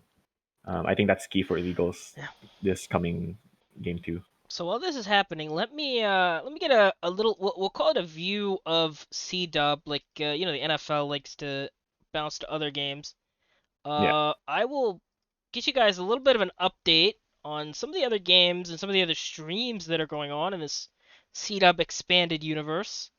As soon as I get finished watching this League of Legends anime ad, which I'm not going to show on stream because I would get banned by Gaben. But did you Next guys time you're know that the next season of the Dota anime is going to come out apparently at some point? That's cool. Yeah, I Okay, love the so anime. this Um, is let me open it up for you guys. This game. So 2 heroes down as Ipsy finally finds that power off the Echo Saber, off the Chrysalis, now closing in on the Daedalus. So we got the stage here with Looking the for shield. an angle. They don't have any true versus sight here 4 on this Baguette, team. 1 Bagel. Throws the Burning Barrage, dodging the call from Axe. Looks like they were hoping to clear Shield out is that up wave, game but 1. have to use the glyph And here that game instead. is 14 to 16. Really big With a shield, a small shield advantage. No, a strong Baguette advantage. Definitely been having a rough game of it so far, but they found So that is going on Stage Games channel. Let me and they found the clinks. put that in the. Actually, I will share both the stream links. Taunt up onto it, but now you got 2 heroes in close. Both of them going down. Wretched and LPM off of that skewer from Let me Jake. Really solid. Oh wait, and let me do a little bit of that. I'll put the stream links in the chat, so if you guys want to go over there. Is it gonna be a conversion for Shield? Burning Barrage across the pit, pumping the damage into it, but Felicia looking over top of it. Last game she tried to make the same play, tried to snatch the Aegis. Oompel was the one dangerous deal in the pit last time. This time it's Jake as well as Papa Tickle, but they have vision on her this time. There is no stopping it. Looking for the bushwhack, complete whiff. Acorn shot just bounced around for a little bit of damage, but now you have C2X with the Aegis, and he is so close to that Scotty. Gonna be big tankiness and big damage if he picks that up. Let's take a look at his talents as well. He got the attack range, so he hits from 1,000,000 miles away between the Dragon Lance and the talent. And he is going to be tanky now, too. This is a terrifying Clinks. Well, let's take a look and see where we're at here. So 16 permanent int for the silencer. Usually you'd want to have that. And finding him easily with.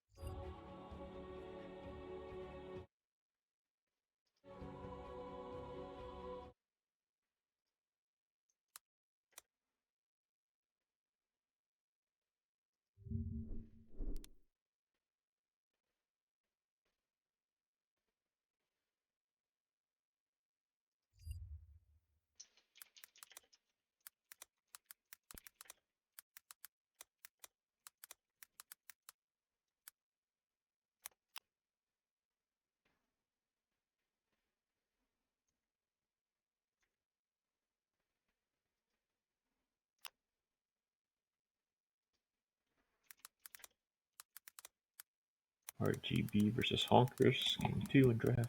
Shield versus Spaghetti.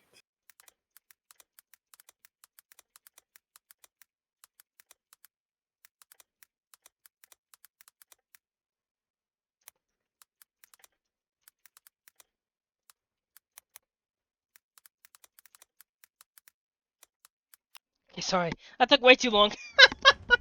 That's supposed to be just a short thing, and looks like we're actually about to start this next game. I'm gonna ask if everyone's G. Okay. Let's see if Illegal gives us the G, and then we'll be about to start. Sorry about that. Meant to just share that very quickly, but All good. didn't really happen.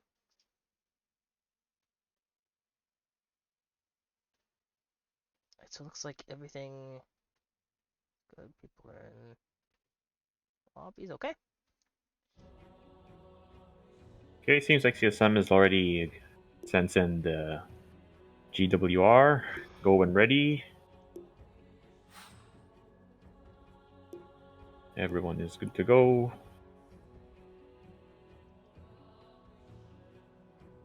Okay, I'm gonna assume that means everybody's ready.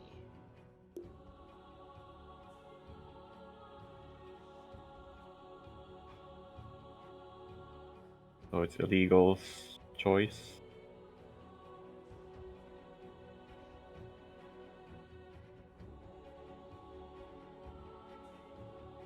And they'll take second pick. Okay. This looks like everyone's ready, and we're gonna get right into the game.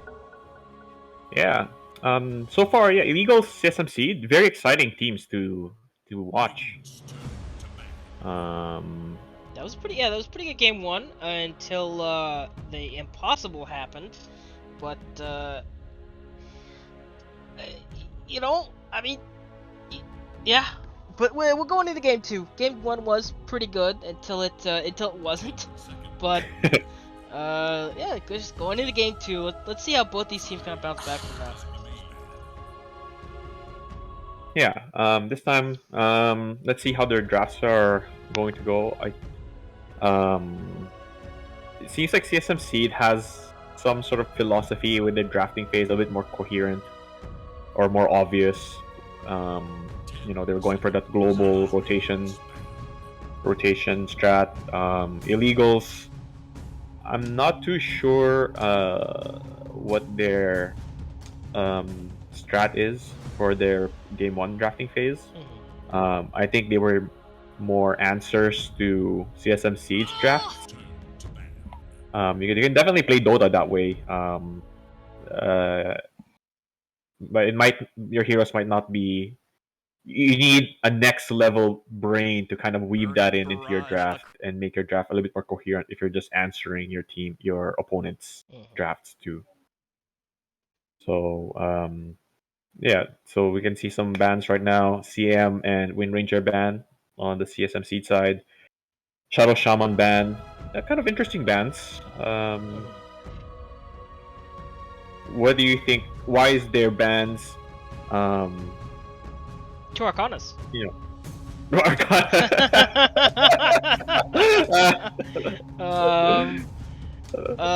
I don't.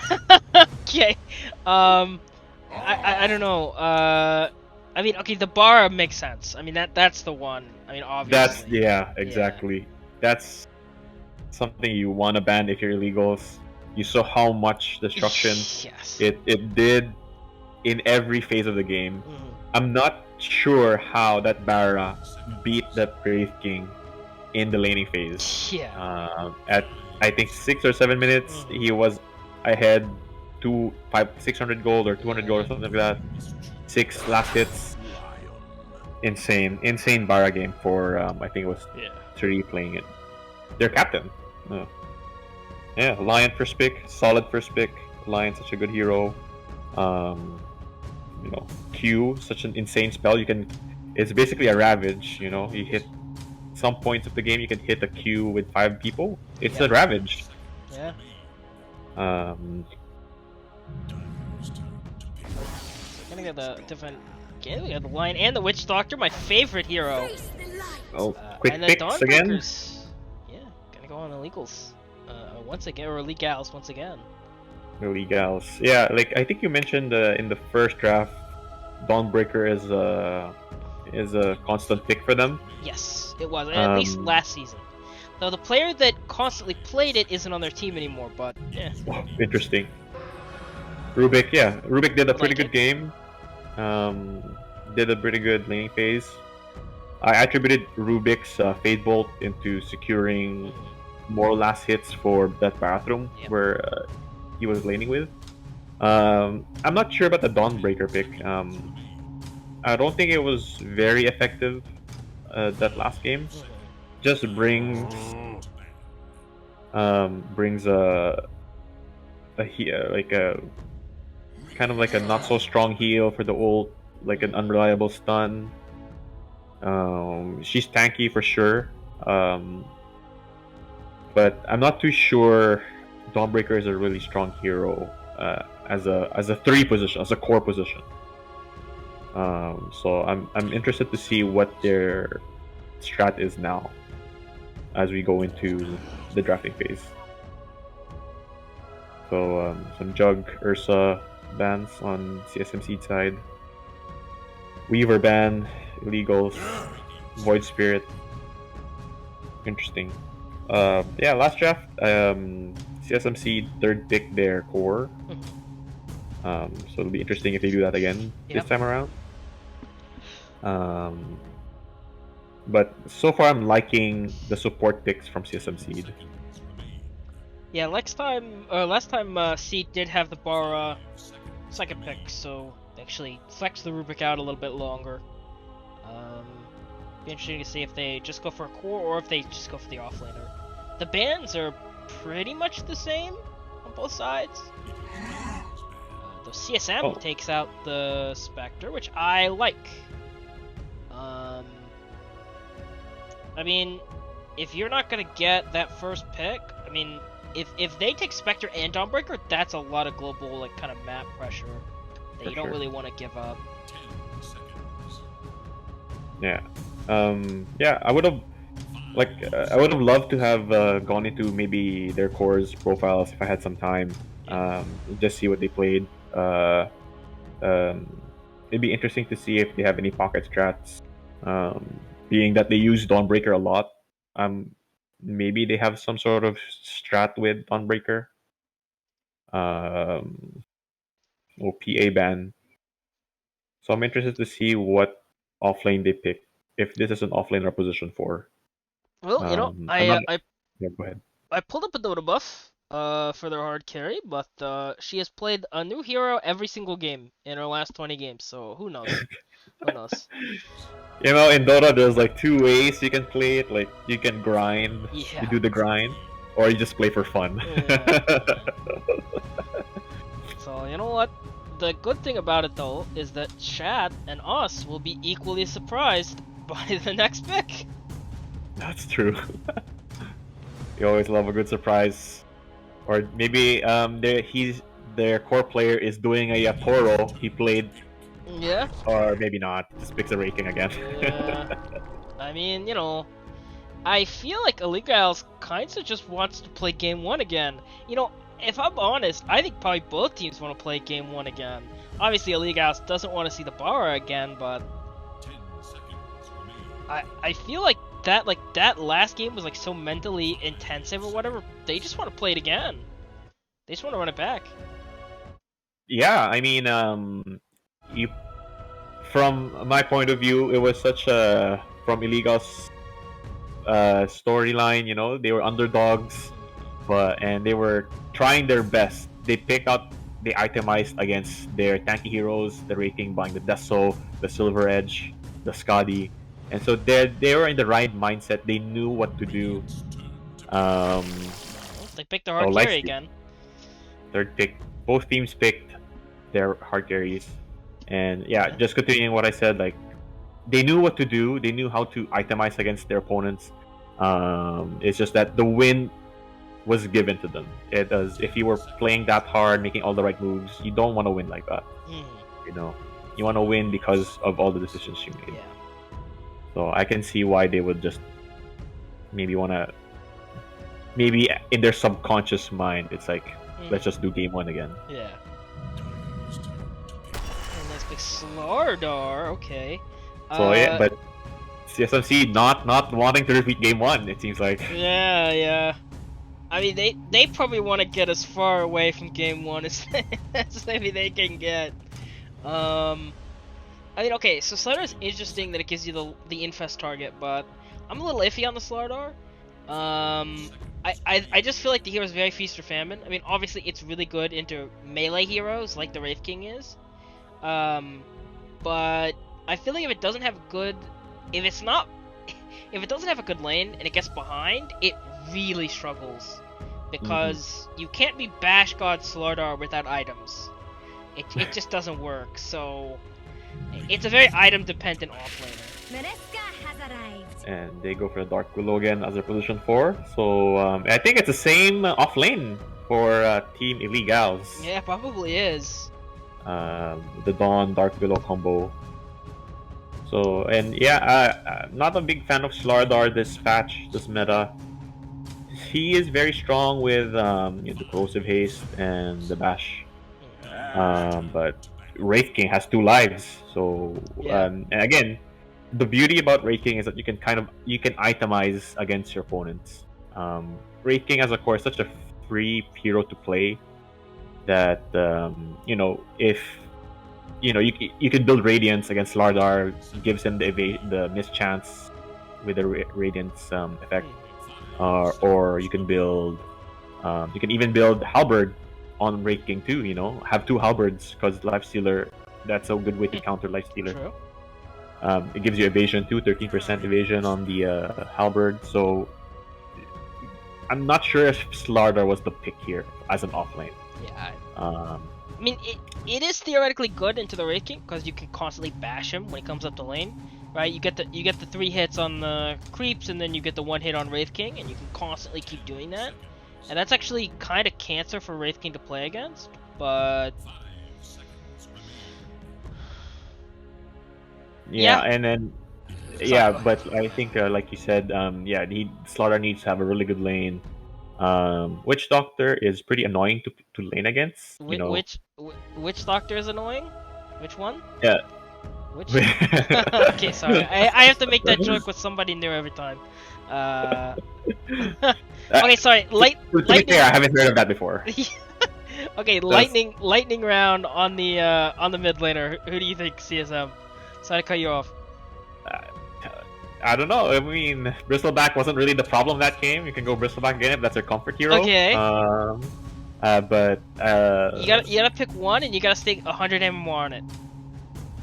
I'm gonna say Spirit Brother. Okay. You were very close.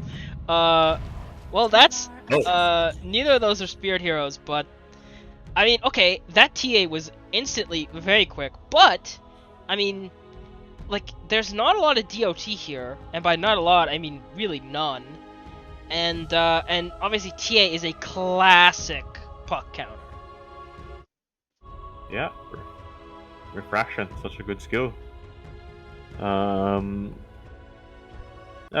think the onus now is on CSMC to the puck to pressure the side lanes now. Yep. I was saying a lot of times that the mids need to pressure their side lanes. to give their cores space, to give their cores some kills if they can. And I think this is like the opposite of the first game. Puck, Yes. TA, really, really good heroes to pressure side lanes, get kills with their level 6, with power runes. And I think it'll be a more active mid lane. At least that's what I'm hoping for. So, the one thing that I'm a little scared of, I think Illegalz actually has the better late game in this game, as opposed to game 1. I mean, TA plus the Wraith King plus the Dawn, these guys scale. And Lifestealer can do a bit of scaling, Puck can kinda too, but, Slaughter, these heroes somewhat fall off once you get to the late game. And so, I mean, this, like, Wraith King TA, though, that's insane. That could be some insane physical damage coming out, so... Yeah, definitely. I completely agree. It's CSM Seed. I mean, in the first game they didn't have a problem with being active in the mid game after laning phase. So I hope that's their strategy this time. Yeah. Use Puck's coil, get a kill side lanes, or have your Rubik or Lion rotate mid, get a kill on the Puck on the TA. So yeah, I mean, you have to play fast Dota if you're CSM Seed. Once you get an armlet on Lifestealer, have him roam, do infest bombs. Yeah. Use get blink on Slardar. You need to make those moves to curtail Wraith King, to curtail Templar Assassin, because like you said, those two heroes will carry Illegals into the late game.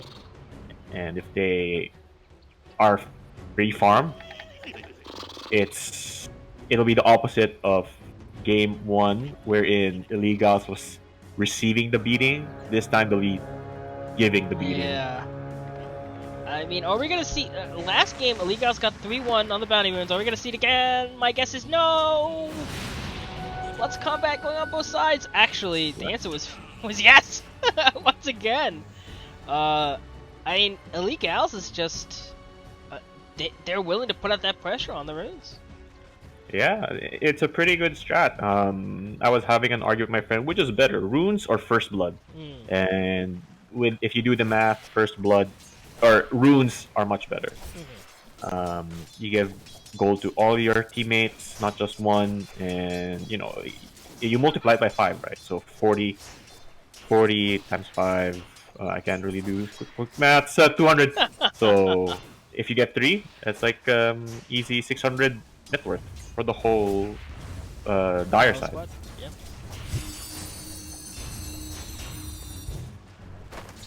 So yeah, but the thing is, right now Puck's actually doing okay with the level 2, but this is gonna get worse. As soon as Grace gets this refraction, it's gonna get very scary for Puck. I like actually Puck getting aggressive here, while that reality is... TA doesn't have any fairy fire, so you gotta be careful. Puck has fairy fire, so you can kind of bait it out. If I'm... Okay, no, level 2, yeah. So yeah, now that he's level 2 though, the refraction, it's just really hard for Puck to kill refraction charges. Because you really rely on this like illusory orb burst, and your right clicks are really slow, so there's not much you can do to burn refractions. Yeah, exactly. I'm not too sure why TA is just waiting on the refractions, Yeah.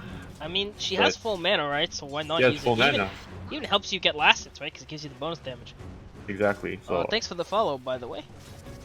Sorry, I'm shilling myself while this game's going on. Steph almost died though while I was doing that, so maybe I shouldn't do that anymore. Though Lifestealer's taking a lot of rest. Never mind. Okay, so how do you feel about this new top lane matchup, right? With Steph and the Witch Doctor instead of the Ogre. I think Witch Doctor should be, you can see he picked Paralyzing Cask and Maledict for the first 2 skills. So, it makes sense that he picked the heal for, oh no, not the Maledict. So I guess he wants to get a kill, saving it for the kill. I would have liked to get the Voodoo Restoration level 2 first. Just because it's a lane stabilizer for Wraith King. And I'll just help him stay in lane Oh, you more. first blood? More Okay, aggressive. no, sorry. Oh, go ahead. Sorry, I didn't mean to Oh, interrupt you. and then all good. And then yeah, so I think at this point, Cask and Maledict is not much of a kill because you don't have burst. Yeah, it's really the level 2 of the Maledict where it starts to get, where it starts to the damage really starts to stack. I mean, the one thing though, you do have setup with Wraith Fire Blast, and if you get like a good crit with Wraith King, you can actually do a lot of damage to the Maledict. So. It seems like Theft Jelly got a Vampiric Spirit level 2. Yeah, that's interesting. You'd think they'd be on the same page there, right? If he's maxing the Maledict, that means this is a death lane.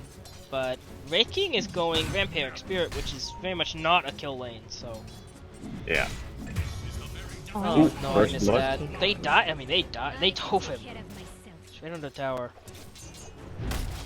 Just pulling the line, but, you know, at least we didn't get 5 minutes into the game with no first blood. Yeah, I think this early game should be a little bit more active compared to the last match.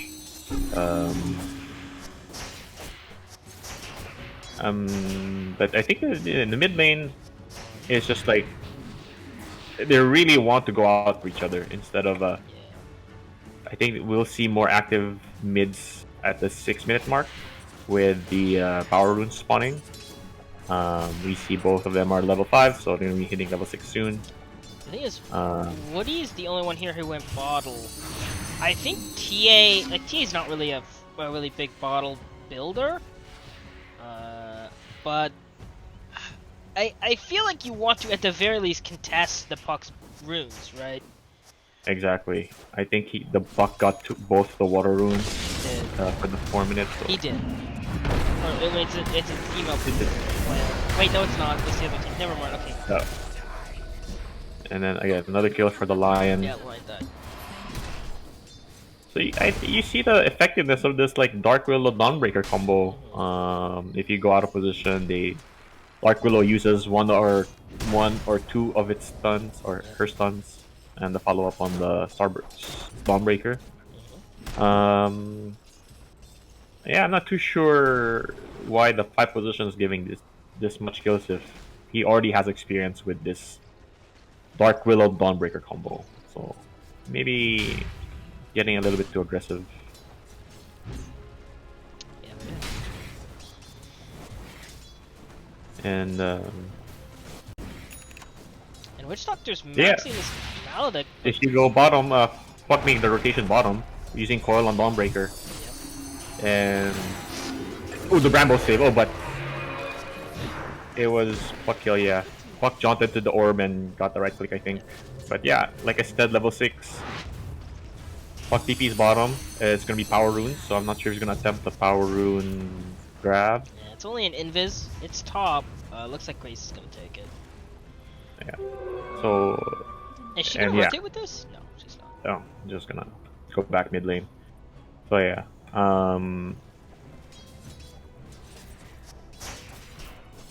Yeah, that was a pretty good rotation by Puck.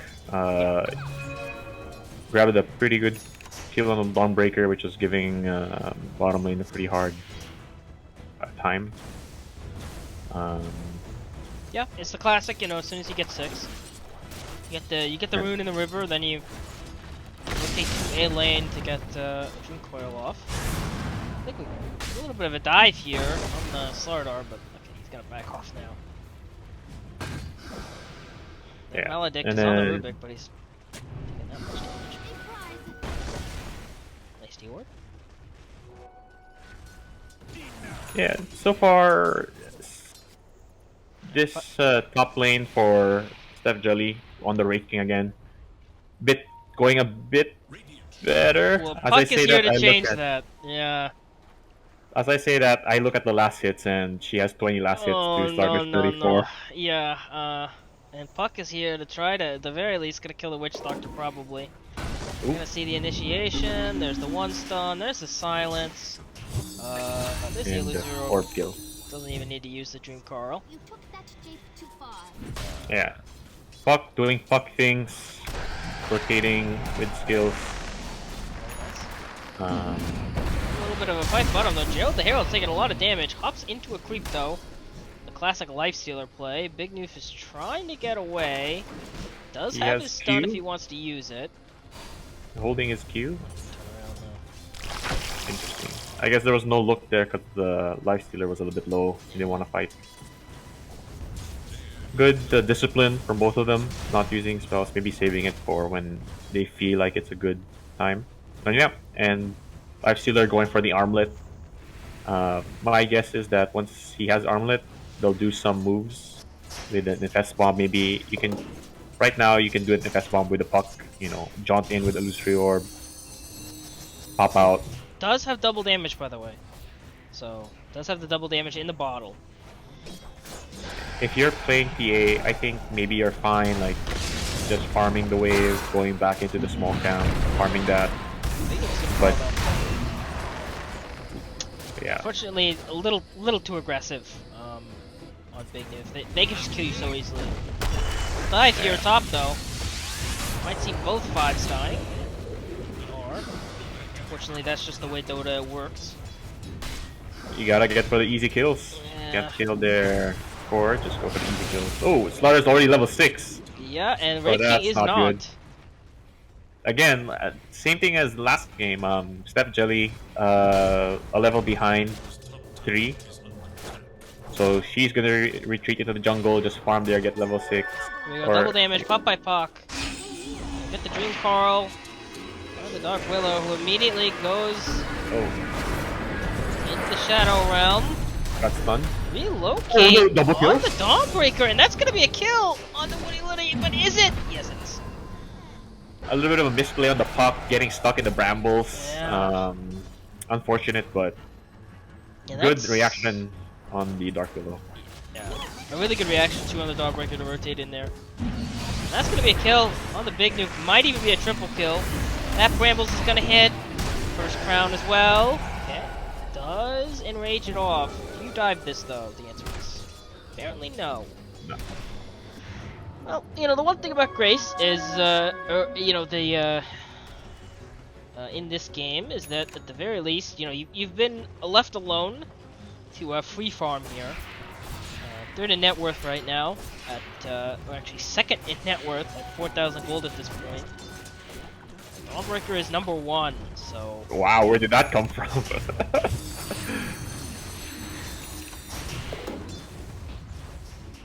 She's not ahead in last hits, I think. Or at least ahead from the Lifestealer. yeah.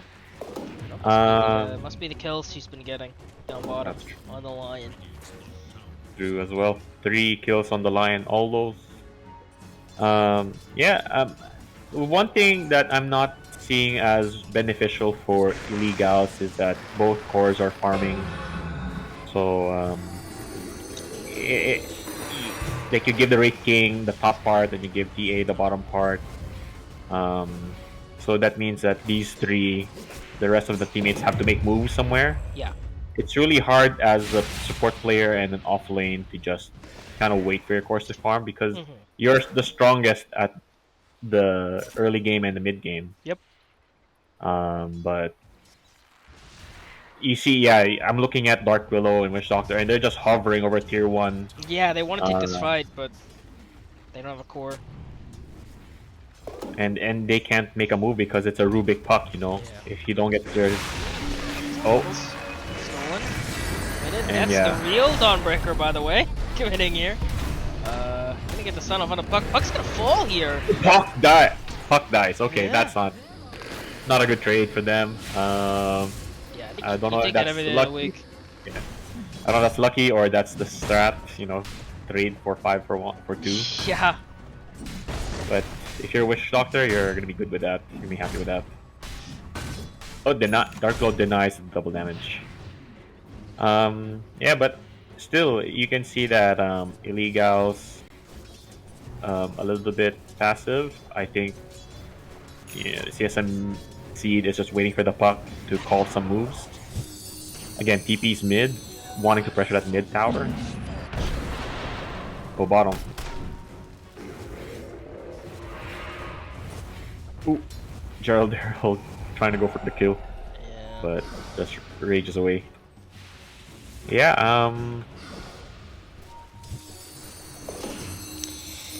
Yeah, well, it's a little bit of a waiting game. yeah, It this seems like feels like this game's very different from game one. You don't exactly. have quite the you know, we don't really have the pressure that we had in game one. A lot more farming going on in this game. And it feels like really Illegalz is just kind of being left alone to farm on the map. I mean, Puck is trying to initiate fights, but she's just getting bursted, unfortunately. Yeah, well, if you get a kill on the 5 and you die as a position 2, it's not a good rotation. And I think the last Puck death, the gold was given to Dawnbreaker, and she's getting very huge. Yeah. And as a CSMC, you don't want how the game is happening right now with both Wraith King and PA farming. Yeah. And really the sad part is this is kind of like Wraith King's weakest time. He's going Radiance, right? So this 3k or whatever build up, the 3.7k build up to the Radiance is when he's so weak, right? Because he has 3k gold in net worth, but it doesn't actually exist, right? He's a 1k net worth hero right now. But Exactly. unfortunately, they're just not in a position to. They really just need to gank him before he gets those items to like set him back even more, and because right now he's at his weakest. But That's right, and they even have the Lion, you know, to suck the mana dry, yeah, to prevent the Resu. But I'm seeing them group up at the bottom, so I think perhaps they're waiting on the Stardar Blink to do some moves. yeah, they see the Willow immediately goes into the Shadow Realm, gonna get stunned. That Oh, she Terrorize misses the not gonna hit Terrorize. anybody. Just the Hammer Throw. Try to save. They do have the Dream Carl, Oh, gonna yeah. be committed. She's gonna step at the very edge of it. And this Maledict's doing a lot of damage. Adrian's gonna get the kill. So that's a good rotation. They do get the 2 kills. Unfortunately, they're not gonna get the tower. They're actually gonna rotate mid and top respectively. He's now gonna need to back off. Okay, so they're just gonna defend their towers. You're happy with that? You did some rotations now. I think you were actually waiting for the Slardar Blink to do some moves. So now that Slardar has Blink, and they're in a pretty good spot to do some moves, go for the Wraith King, hopefully. And yeah, like you said, like it's almost 4k. I think he's just about to buy his Sacred Relic, but yeah, okay. He bought it. It's on the career. Yeah, they had around 5 minutes where the Wraith King just had face boots. Yeah. And they failed to capitalize on that weak point in the Wraith King's early game. He's getting strong, you know. Okay.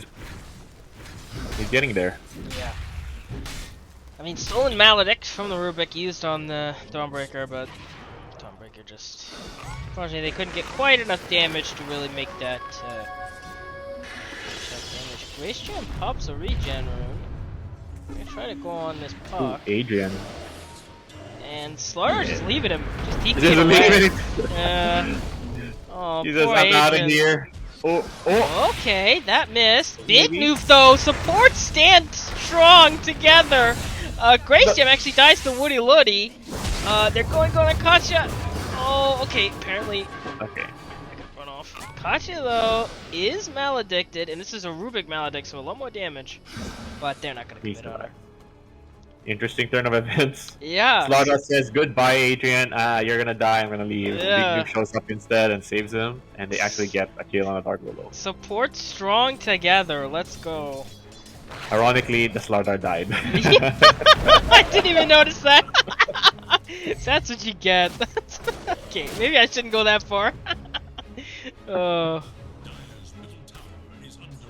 But I think if you're CSMC, this is not what you want in your early game. You Yeah. know, Slardar has Blink, Puck, Witchblade already, Life Stealer going for the Deso with the armlet though. But you should be making moves. Which blade does he have? Oh come on! The Okay, first time that was a freebie. Okay, I'm sorry. The first time was a freebie. I have a problem, okay? Oh, okay. But yeah, looks like they're actually trying to initiate onto the Dawnbreaker. Slardar's coming in. Oh, Dawnbreaker's trying to get away. I don't think the misblink is gonna matter. That's the Rubik stealing the hammerfall or whatever it's called. I actually don't know the name of these spells. Starbreaker. Starbreaker. There you go. Yeah, you can see they're effective when they go for the fight. They're effective. Florida's super strong right now with the blink, and I don't see why they're just not smoking again. That's the radiance for the Wraith King. And they also got the tier 1. Okay, so no more mid tier 1s for both teams. Deso on the Life Stealer, just taking these stacks. So both cores are farming pretty okay. Def Jelly, even with the not so good lane, got her Radiance at minute 17, 18. You know, fair enough. But the Radiance will help you farm a lot faster. You have your skeletons to help you farm too, so... Here we go! 5-man smoke! 5-man smoke. We talked about that, and into the Wraith King, right? This is the guy you want. And this is so good for them. He's way away from his... excuse me, guys? Okay. Okay, alright. I'm gonna get the initiation. Oh, lagging. Yeah, we kind of noticed that, maybe. Nobody DC... okay, now we have a DC. Nobody's pausing. Interesting. Okay. I mean...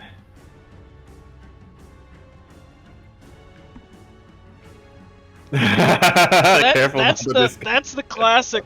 Our hard carry is being initiated on a quick. We're lagging. But I think she should have led with the pause and then gone on with the I'm lagging. But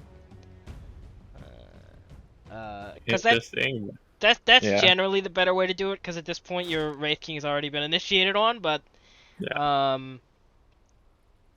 yeah, I mean, you know, whatever. Everybody's learning, right? It's week 1. I do believe that this Dawnbreaker and this Wraith King are very dead. Oh, she actually committed this. Yeah. Unless this is Rubik stealing this. It's not. Okay. What a... Okay. What a shot player. The Devils! Oh! On three heroes, leaving the Puck alone. Oh, that's a really good dodge. And zip away. Crisscross gonna hit though. It's even gonna hit Adrian. They're trying to commit onto the Puck. Puck's really doesn't want to be here anymore. And they get out, so... 1 for 1, but of course that one trick... Re-initiating! Oh, goes back in! Oh! Okay, Woody, stop! Woody, stop! For a courier? Oh my gosh, somebody stop this man! Oh! Is he gonna live? Chris Gray's gonna hit! He didn't face it! Oh! He's on 100 HP! His team is here! Okay, what? Okay, Woody, okay. You gotta calm down a little bit. And now they're here. They're being collapsed on by the 2 cores. Oh, Tree's gonna die too. And Gerald the Herald is gonna man up. Wraith King doesn't have regenerate. They're gonna kill the Grace Jam too with the Maledict. Oh my gosh. That was so close though. Yeah. So practically a team wipe on both sides. Interesting place on the Puck side. You know, you gotta love it. Diving for the courier in between what it seems like 4 heroes. I mean, you know what? You gotta. Okay, so yeah, so Lifesteal is gonna survive. He's gonna hop into this Harpy Scout, but you know, you kind of have to love players like that are that cocky and that aggressive. You know, and yeah, he did die, but it was a cool play. You know, it was He was feeling himself. He was feeling his Yeah. block plays. He was getting the kills. He's in the right mindset, I think. Definitely, yeah, definitely. Um, he was really over. He could. I think if he didn't jaunt into that Dark Willow with Ultimate, the yeah, bedlam going on, yeah, he would have been fine. he would have That- been fine. I think that was the bridge too far there, but yeah. Okay, and you see Lifestealer circling the top dire jungle. Yeah. So, so they know that they need to collapse on them and stop them from farming. Yeah, I mean, Joe the TA Herald is now like the #1 net worth hero off of that team fight, right? He got the kill on Wraith King twice. So, I mean, those That are jelly. that was a humongous rotation for CSM. Yeah, that's what they need to do. I keep saying this over and over again. CSMC just needs to be active on the map. Yep. They have really good active heroes. They have really strong stuns.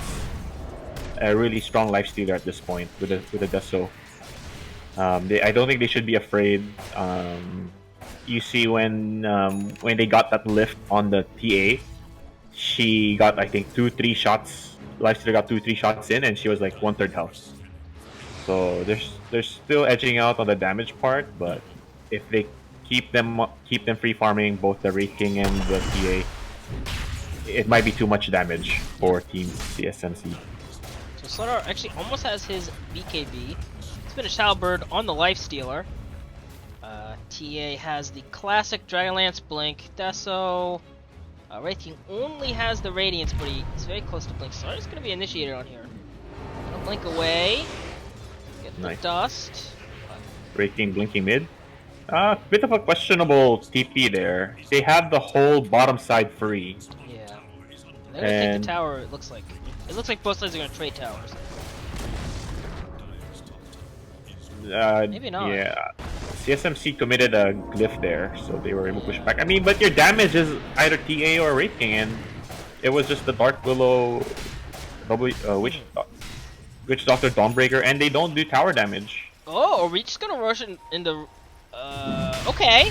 I mean, the thing is, you have Slardar and you have a Deso, right? On the Lifestealer, so like, you could... Okay, that was a bit of a throw. Somebody really needs to break this for the Corrosive Haze. I actually don't know... none of these Yeah, heroes can, never mind. Yeah, the Lion should have been there. Yeah. But they're gonna take this really crack, right? With the Deso and the Corrosive Haze. So that's a free Aegis for Lifestealer. I'm a little bit questioning the BKB on the Slardar. You have you have the Dark Willow, Stuns and the Witch Doctor cast, but I think you could have gone with maybe Sanj Yasha this game. Because most of them are bulk of the damage is physical damage. Yes. So questionable item for me. Again. Oh, that's Puck doing Puck things, just getting in aggressive, taking most of her. This Woody Puck, damage, man. Yeah, Woody. He's pushing the hero to the limit. Yeah, Gerald the Herald's gonna be initiated on. There's Slardar. Unfortunately, Staff is on the backlines, killing Big Noob, and there's the ulti from the Witch Doctor. It's gonna get cancelled though. Woody's back into this fight. Getting the kill, so far only supports have died. Woody's just gonna go back into the Shadow Realm. Gonna hop back out. Can she get away? The answer is yes! Just gets over the lift. Oh my gosh, and Adrian saves with the stun. Gerald the Herald's all alone. Nice armlet toggles. Nice armlet toggles. Nice. Okay, well, the nice armlet toggles can only go so far, and he already used Infest. Nothing has to fight. yeah, unfortunately, the whole team, nobody wants to save him except Adrian. That's a nice halberd. Stone first crown. Do a little bit of work. That's gonna be a 3-man stun. I think he could have raged raged TP. He. But he's fine, but yeah. because they don't have anything to break stun during rage or TP during rage, but he's out. So with the Aegis though, that's a 3-for-1, right? Like you lose 2-for-1. You lose Aegis, and then you lose Slardar and the Lion, right? And all you get is a Witch Doctor, which that's not worth it. He was able to cast all his spells, so it was a pretty good death. Got the Death Ward, Maledict, Cask Off, so you're happy with that if you're Witch Doctor. You did your job. Looking really scary for CSM Seed. The Wraithing is getting up there with the damage numbers. TA is also getting up there. This could be She the brought a initiation Hurricane you Pike. need, though. Gotcha. Both supports. Double stun. Ah! There you Oh, go. we got lifted.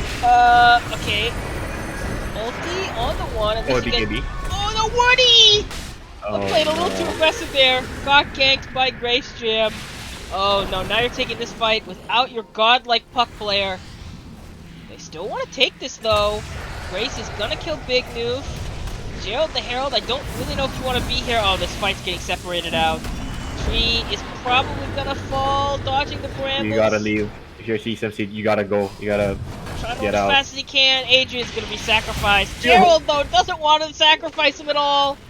Gonna get the Herald, but or the Halberd, sorry, but no, unfortunately. The Hurricane Pike. Push Yeah. them out of the way. Smart buy from Grace Jam, getting the Hurricane Pike, keeping dangers out of the way. So unfortunately, that's another fight you initiated where you lose 3 heroes and you only get the Witch Doctor, right? This is starting to become a pattern that you really can't sustain. They really don't like Witch Doctor. Risking your puck and Rubik for the kill. Witch Doctor, don't they like her? Okay. That no, should be but part of the caster rules. it really should can- be. You can only make 2 punts limit. No. Yeah, this is not going so well for CSMC this time around. A couple of fights didn't go their way, so Illegalz is capitalizing. Dawnbreaker has her shard, so she has BKB during Starbreaker.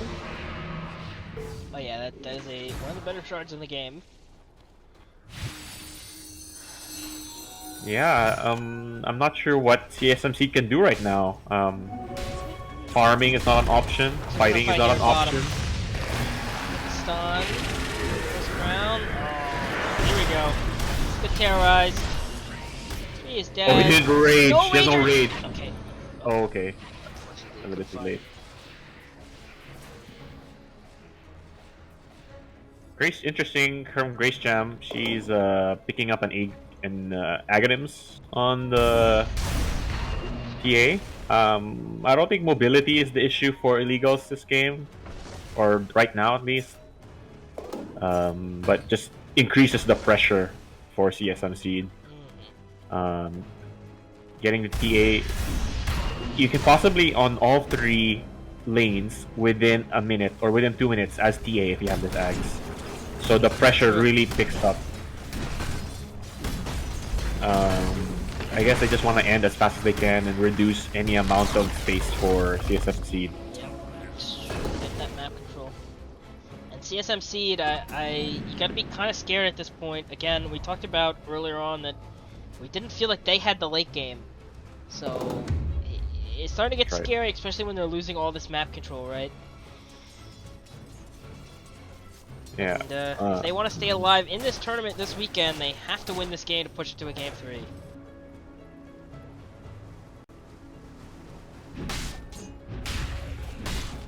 I see the Life Stealer going for a Scotty pickup. Okay. No, it's a pretty good item to get. Gives you minus health reduction, a lot of stats for Life Stealer. Yep. But he just can't get in the fight. You got the TA, Hurricane Pike, Dawnbreaker Stun, which has BKB now, or the Shard that gives her BKB. It's hard for Lifestealer to get in the fight. You gotta go with a quick burst, I think. Invest in one of your heroes to jump. The puck so good with his jaunt, with his illusory orb. Like another team fight here. That root's gonna miss. Agent's gonna get stuff on the air. This is a pretty good chain stun. There's the Dawnbreaker trying to save. Gerald the Herald, though. I mean, this is the initiation you really desperately needed. That's gonna Gerald be the 1 Herald's kill in the just Wraithing. scary. He's gonna come back up, buyback. And Gerald the Herald's all alone, gonna hop into a creep and try to desperately run away. Gonna be damaged, 500 HP. That's what it's gonna get. Albert committed. Now he's having to fight. He's actually doing a lot of damage to Steph, but his Oh my God. nobody's here. He's actually getting a kill. Gerald is solo. Give the stands hit. No, he's not. He's gonna be stunned by the same thing first round. He's gonna die. And Puck is just gonna leave his friend to die. Not gonna recommit on that. I think Woody's had enough of the very dangerous plays. Gerald the Herald though was, I mean, trying his best. At And, that last point, yeah, you just gotta man up. Just gotta 3v1 them. There's no, no other way. Unfortunately though, just not quite enough. And really, the thing is, like, you have two tower pushing here, hitting heroes, right? So even if your Wraith King is dead, TA can push towers, and vice versa, right? So yeah, and TA has the Deso, so she is the one that really hits the tower the hardest. So we're gonna get this our tower taken. My big thing though is Roshan.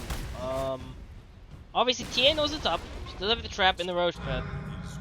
And If they want to play safe, yeah, they would go for Roshan, but it looks like they're saying, well, the Wraith King went. Oh no, she used her psionic projection to go bottom. Yeah, go bottom. Wraith King is hitting jungle creep. Yeah, they're gonna reconnect for Roshan. That's a smart play, I think, for Team Illegals. Yeah, CSM Seed having a tough time making moves. Yeah. What do you do now? CSM Seed. Yeah, I mean, you gotta get the initiation on someone. This is a start. I mean, I believe this is a dieback, right? If they were to kill this guy, this would be a dieback. That's right. The problem is, though, the Roshan is falling so fast to the Space Jam Deso, and they want to contest, but the Bramble's down, means they can't go down this access way. Aegis gonna blink forward aggressively! Ah! He stole the shard! Okay, not the Aegis, but he did steal the shard. Tree is gonna pop. BKB, run away! You need to disengage. Gerald the Herald is all alone. I mean, Gerald the Herald's killing the back lines. That's a dieback. From the Dark Willow. Yeah, that's a big dieback. Unfortunately, Slardar, though, is gonna fall. Here comes Lifestealer, though. Gets ulted. Oh no, unfortunately, they had detection from the Lion. And he's very dead. I'm not lying to you. And Gerald the Herald is doing what he can. Now he's just gonna try to run away. That stun's gonna hit. The first damage. Stolen cast. Pretty good. So that Maledict. There we go. Very good infest. And I just believe that Puck's okay. Just pops the Ghost Scepter and gets away. So you know what? That could have been worse. You got the dieback. You did lose the Aegis, but I mean, you trade offlaners, right? You trade offlaners. You trade +5s. You lose the Aegis, but at least you get the shard. Oh, okay. Okay. That's a nice play. So you even get more. Oh, and Grace stunned up, left completely alone. Halberded. That's 4v1. They have to get this kill. But he gets Psionic. Oh, the silence. Okay, finally the refractions ended. They're just wailing away at her. That's a big kill. That's Aegis. Steph wants to recommit to this, but maybe don't. He's actually going to recommit! Going onto the Puck! Grace is trying to get away! Puck! Blinks away. The casket's going all over the place. This fight's really broken up. Okay, Grace is definitely dead, but Steph is gonna get away. That Rubik cast got that kill for sure. Yeah, the Rubik stolen cask has been like really powerful. I mean, just crazy RNG. Without the Arcana too, which is very impressive.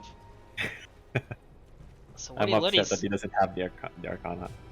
He's gonna pick up this double damage. A stun! That is gonna be another kill on the Willow. Maybe not though, with the heal. Okay, Lifestealer bottled DD, so he has DD. But BKB use on Slardar. He's gonna think about recommitting. He could get a double stun here. But he's not gonna his blink keeps getting cancelled by the oh, the double barrel! Oh my gosh, the stun! Steph Jelly's gonna die the first time! They're actually even gonna kill Dawnbreaker! Oh my gosh, Dawnbreaker though pops the BKB, he's very powerful, double damage onto the Lifestealer, just going up the high ground! Gerald isn't going in there. Doesn't care at all, Big News Courier dies to the tower, and this is... guys? I mean, girls? What's happening, Illegals? This game is completely turned around, hasn't it, Zero? I mean... Yeah, no, like this is pretty impressive on the CSM Seed side. They were just they picked up the Scotty on the Lifestealer. Yeah. So like I said a while ago, a lot of stats, flow, There's the cliff. health regen, reduction. So he's a big boy now. Lifestealer's big boy, and I don't know. Be I'm like, not too when sure interact? where the damage is. No, I mean they're not gonna buy back, so no contest. I mean this is. And they do have the buyback on the Dawnbreaker, but I mean, they're just letting Rax go Grace again. she's got caught out the first time, and then they like this is a big thing, right? I was talking about how the initiations, like earlier on, it felt like CSM couldn't get the initiations they wanted, but those last two fights, they pick apart, they get the initiations they want, and they start winning team fights. Exactly. They are doing what they should have been doing all game long, which is using Infest, using the Slaughter Blink or the Puck So Jump. Gerald the Herald goes all alone. Grayson's gonna walk up high ground, 1v1, but he's just gonna refraction. Yeah. And they should be using those two spells to Infest Bomb, the backline, Wraith King, really anyone. And of course the Penta Edge Sword drops for Gerald the Herald. Wait a minute. This is okay. Please tell me I'm not looking at what I'm just looking at. Okay, wait. How can you tell which side has which neutral items? Okay, well, we have to come back to that. We're gonna burst down Kasha. It looks like Dawnbreaker's TPing into this. Big Noof dies on the backline to Grace Jam. We're initiating onto the Lifestealer who does not have Infest. Gonna be stunned up. That BKB is gonna save Dawnbreaker, at least for the moment.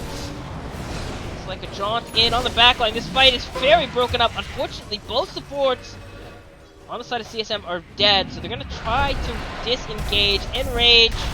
Looks like he wants to hop into the Slardar, and he does. Unfortunately, Slardar doesn't have any mana. Could BKB and try to run away. Oh, but he's just Unfortunately, uninvested. I think he didn't have faith in his boy. He should have had faith in the Slardar.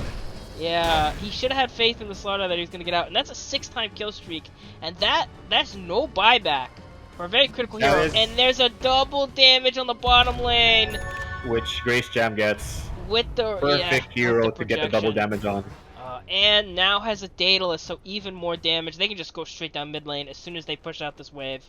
And this is very scary for CSM. Yeah, CSM seed no more tier 2s, so all sides of the base is vulnerable to get hit on, but Illegalz taking their time, you know. They're hitting jungle creep still. Not too sure what the game plan is. You have TA with double damage. Yeah, you think you'd use it. It's like, hey, might go on Slaughter, please don't show Slaughter, no! Slaughter, please! Run away, sir! Okay, blink. Get away! Oh, okay. So NTB's out. That's what Slaughter did, save them at least, their racks. Yeah. So I'm not too sure. Yeah, Illegals, I think this is a misplay. After getting the DD, they should have gone to the Radiant base. I mean, so two possibilities exist, right? Either you, I think you immediately force down the mid lane, right? And either the Lifestealer buys back or he doesn't. If he doesn't buy back, you at the very least get the tower, probably at least the melee racks. If he does buy back, you get his buyback. Exactly, and that was 100 seconds death time on the Lifestealer. Yeah. And you have Wraith King and TA with DD. I think, some teams could have ended it right there and then. Just go tier 4. Though, of course, that would put you in a difficult position if he buys back. But we know. We know. Yeah. And us casters know that he doesn't, but I guess they're playing it safe. I mean, I still think you go, you poke the mid tower, you or at least take that, right? Yeah, you take some objectives, so not too sure. And then TA DD runs out, so DD for what? Stab, blinks forward, and this is really the hero you want to go on. Dies the first time. There's the initiation. Gerald the Herald didn't actually get the rage off. Slaughter's trying to run into the back line, trying to zone. Gonna get the kill on the Witch Doctor. Very well played, Grace. Getting bursted down by the Lifestealer. I shouldn't say bursted because he's taking basically no damage. Infest to dodge the first round. Slardar bounce Slardar back. the fish is gonna come back to the pond. Join back into this fight. But Lifestealer just does no damage. And they're just gonna run away. Oh! But okay, no Dream Coil, so no way to stop these heroes trying to run away. Willow's gonna go into the Shadow Realm. SDA on this popped. They're gonna put the Dawnbreaker up in the air. Grace Jam is on the back line, going to initiate onto the line. Big Noof is just going to immediately fall. Unfortunately, couldn't get any of his defensive items off, but they want to initiate onto the Grace Jam, who went up to the high ground. They're trying to reinitiate to try to save this Templar assassin, but Templar's taking so much damage all of a sudden. Lifestealer's hitting for so much damage. Holy crap. He just turned his damage on with the Penta-Edge sword. That's what makes all the difference. He's hitting this Wraith King. Oh my god. Gonna get the kill. Dawnbreaker's dead. That is a full team wipe with the Witch Doctor just now respawning. They do have buybacks. All 5 of them have buybacks. Unfortunately, Roshan, late Roshan respawner, 1 minute 50 seconds. But I mean, that was what you're supposed to do last game, right? The tower, so you could force this. Slaughter's going. Okay, this is okay, buddy. Okay. Are you sure? Okay, no one's gonna buy back. If I'm on pause 5, I'm like, really, guys? No one's gonna. Guys, you have to buy back. They're gonna win this game, girls. What's happening here? You just insta buy back now. Okay. I don't know. Everyone, get the hell out, guys. Get the hell out. All right. Okay. That's 4 buybacks. If you win one more fight, the game's over, right? Because the racks are gone. So if you win one more fight, the game is over. Yeah, if you get a kill on Race King TA within the 8-minute buyback cooldown, is it 8 minutes? Yeah, 8 minutes. Yeah. It's GG. So that's win condition. And that's your win condition. Yeah, like I'm not too sure what's Illegal's plan right now. A while ago, going for that smoke. When the DD ran out, I think it was a miss. Yeah, not a good decision on their part. What we just saw CSM do is exactly what Illegalz should have done. You go down the mid lane, you try to take an objective. If they buy back, you call it a day and you just back off. I mean, yeah, exactly. I know the scope is bigger. Obviously, we got to see 4 buybacks. But, I mean, getting the Lifestealer buyback is almost game-winning, right? So, I just feel like you limit the options, right? Yeah. The buyback is there to, if you force a buyback, you limit the other team's options. Yeah. It gives you a lot of options too. If you force the mid lane with TA with the DD, you hit tier 3. Oh, and guys, they're not buying back. Lifestealer doesn't have buyback. Let's just go tier 4s. That would have been the thought process. Yeah. So this is, I mean, this Roshan's gonna go really fast. Good lord. This Penta on Lifestealer is, and with the AC finish too, is doing so much damage. So the Ags is gonna go to Slardar. Actually, don't know if I like that choice. I think Rubik would really love an Ags. I don't even think the Slardar Ags is that good, but yeah, they're just going mid now. Yeah, going mid now while they have the advantage. They're gonna get the initiation onto the Witch Doctor, who does not have buyback, and so that's 1 dieback down. And Illegalz is now put into the corner here in this game 2. And CSM, after losing that game 1, they want to claw their way back into this series, send it to a game 3. This game is just back and forth. Okay, I love this. You see this right here? Grace Jam TPs to a trap and then cuts the wave. So you're only gonna have 1 wave. Initiation. Herald the Herald's gonna initiate onto the Dawnbreaker though. Any kill here is massive because we have no buybacks. Lion's gonna commit the ulti. Not quite enough. Slardar is dead. No buybacks. Woody Loody's gonna get away. So that's 1 kill onto the Dawnbreaker. But the two big kills are Steph Jelly. Get Jelly the Herald to run. When he does have Aegis. He has Aegis. He actually gets the infest. Now he dies. Okay, now he Woody dies. Loody's gonna back up. Grace Jam is going in. Grace Jam on the back lines. They're gonna kill Woody Luddy. Oh no. Oh my. And now the Lifestealer is all alone. No enrage. Gonna be stunned up here. It's a lifestealer against the world. He's been It's so abandoned. scary. Oh, he's gonna A little bit swim. HTTP out. He's already level 28. He got the range duration talent, so Okay, so I have to be honest here. You have this outpost. I immediately buy back on my on heroes, and we go and end. Because like this is like, okay, you know they don't have buybacks. You know they don't have buybacks. So you commit your buybacks. Everybody commits to the end, and you try to end. yeah, I completely agree with you. Yeah, you just have to commit there. Everything you're putting everything on the line.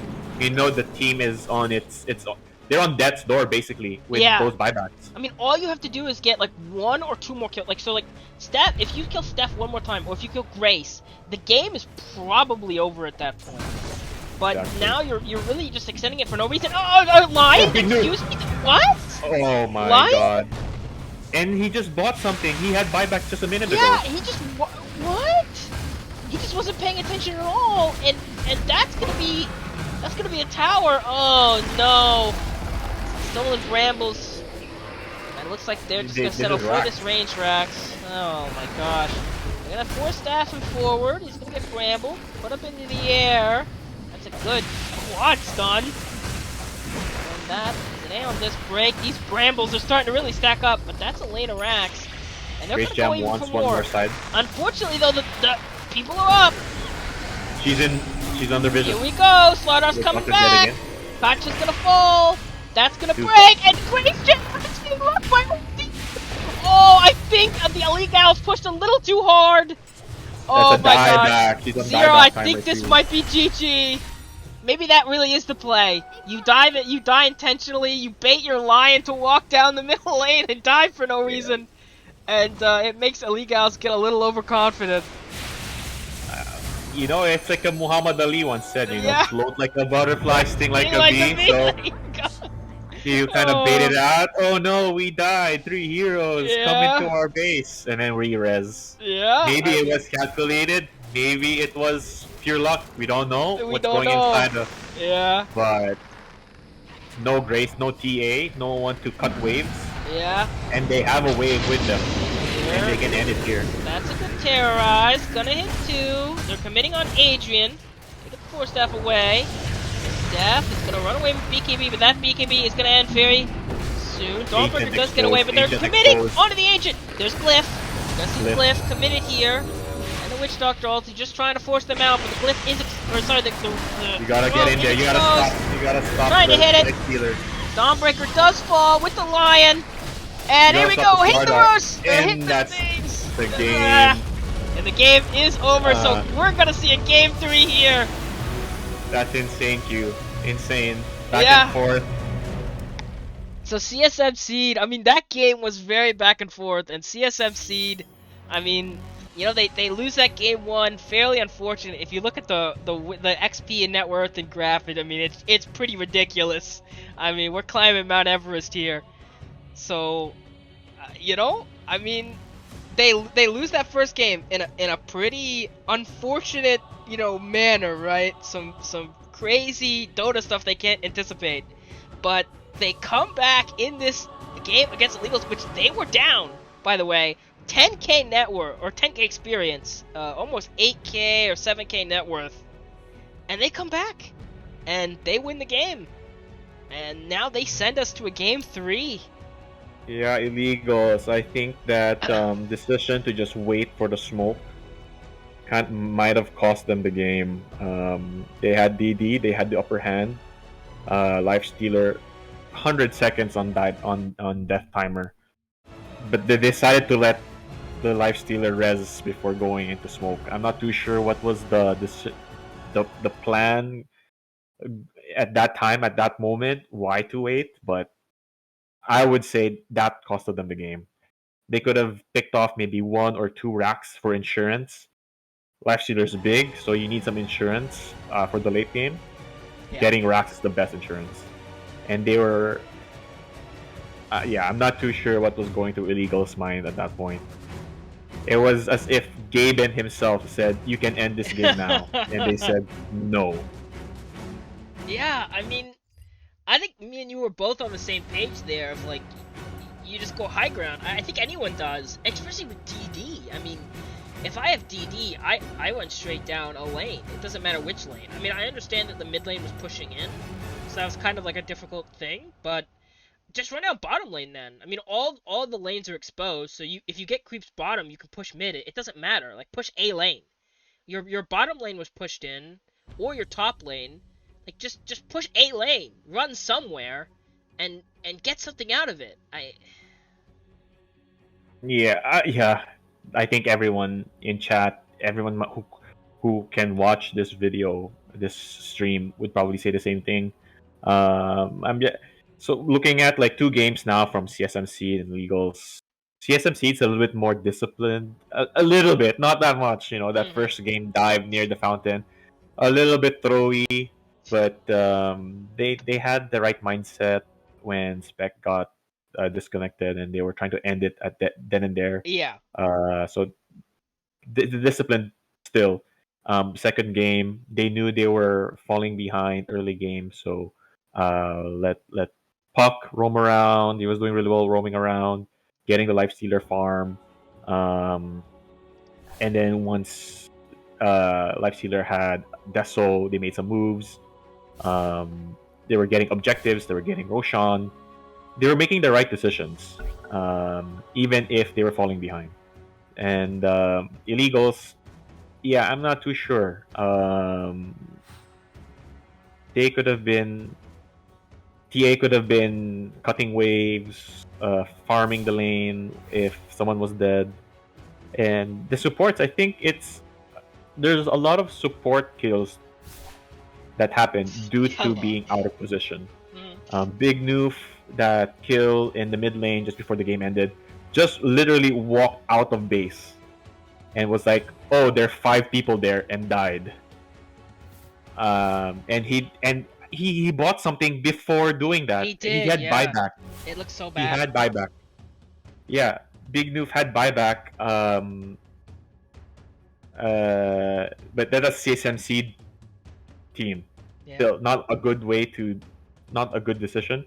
Um, yeah, I'm not a lot of mistakes here and there. But I think CSMC had better discipline in terms of Yeah. and better decision making this game around.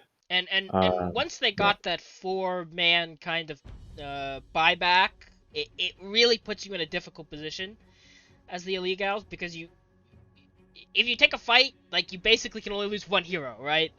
Um, because of that no buyback status. So exactly. Like, yeah, buyback gives both teams information. You know, the team that bought back, we were able to push them out. Then that's what Illegals did with the buyback: push them out of base, defend our tier fours. But you cannot risk dying while your buyback is on cooldown yeah, timer. So, and again, I want to go back to this decision with the TA, with the DD. A life stealer, 100 seconds dead. They could have at least, I know we've been talking about this the whole game, they could have at least tried to see if life stealer had buyback. Poke a little bit. And that's important in the game of Dota, where you have to find out more information as much as you can from your other team. The more information you have, the better decision making you will have in terms of what to do next. But illegals deprived themselves of that information of whether Lifestealer had the buyback or not. And yeah, like that information is so powerful in Dota 2. That's why vision is important. Checking heroes items are important, yeah, and it could cost you the game. And that's what we saw for this game too. yeah. Certainly well said. But I mean, we're going into game 3, and we talk a lot about mental, right? I think if you're CSMC, you gotta feel on the move. I mean, You gotta feel good. You like, gotta feel good. I mean, you lost the game 1, but obviously you were winning that game. It's we've been over that 100 times. It's really not your fault there. And in game 2, you make this pretty good comeback, right? If you're Legals, you kind of have to feel like you're actually down 2-0. I mean, like, if you're CSM, you feel like you're on top of this. Exactly. Yeah. Game one, CSM doing really well. Unfortunate technical error or difficulty that got the Spectre kicked out.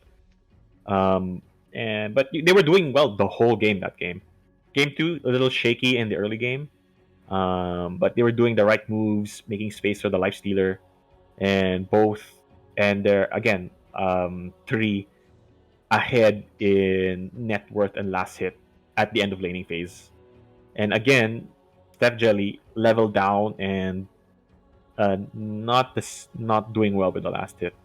So I think if you're illegals, you got to go back and check out the details of your game and see what happened. I know there's not much time between each games, but you got to adjust somewhere. You gotta change something. Something isn't working, and I'm not sure what it is, but they have to change something. So, we did a look around CDUB last time. Okay, all right. Somebody messed with my chat channel. Oh, by the way, I did put the lobby link in the post game chat. If you're still in the post game chat, yes, you are. You can just Yeah. click on that link and it'll take you to the lobby. I should have done that the earlier games, but it's a learning experience, right? Yep, definitely. So again, around the CDUB, I trying to check on Oh yeah, no, you.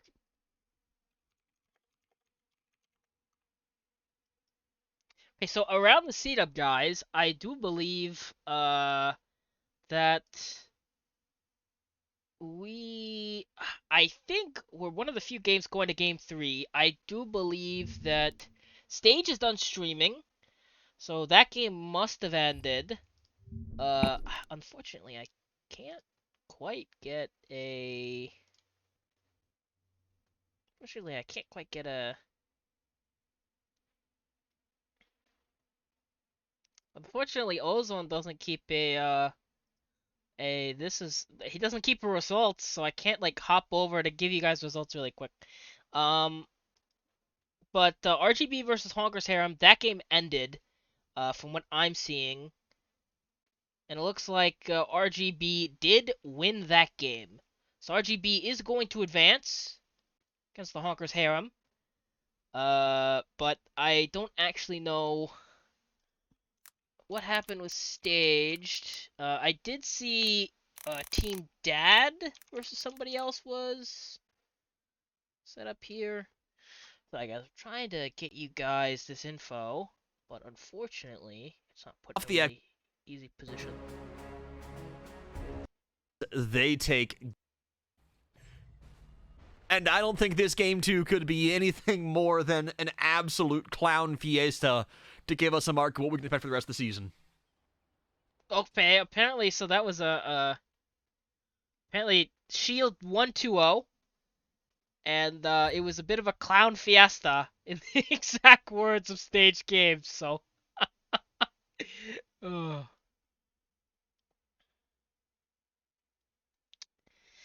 Alright, yeah, so we're gonna take a little bit of a break for all the players and for the casters.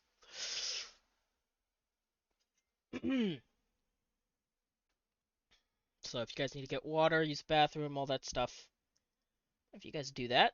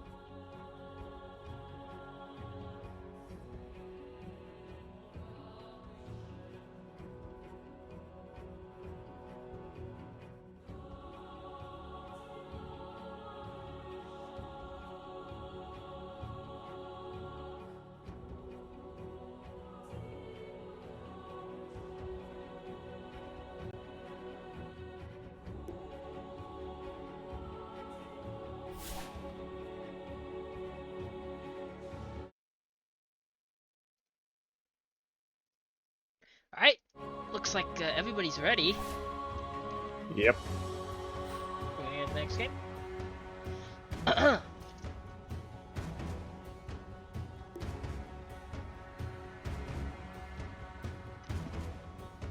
Yeah, game 3. I'm pretty hyped about this game 3. I think Illegals can do it. But they have to fix some stuff. Their decision making a little bit wonky, I think. They just have to kind of refocus, take objectives, and yeah, just take something out from the team when they have the upper hand. Yeah. So Illegalz actually won the game 3 coin toss, because once we get to game 3, we just do a recoin toss.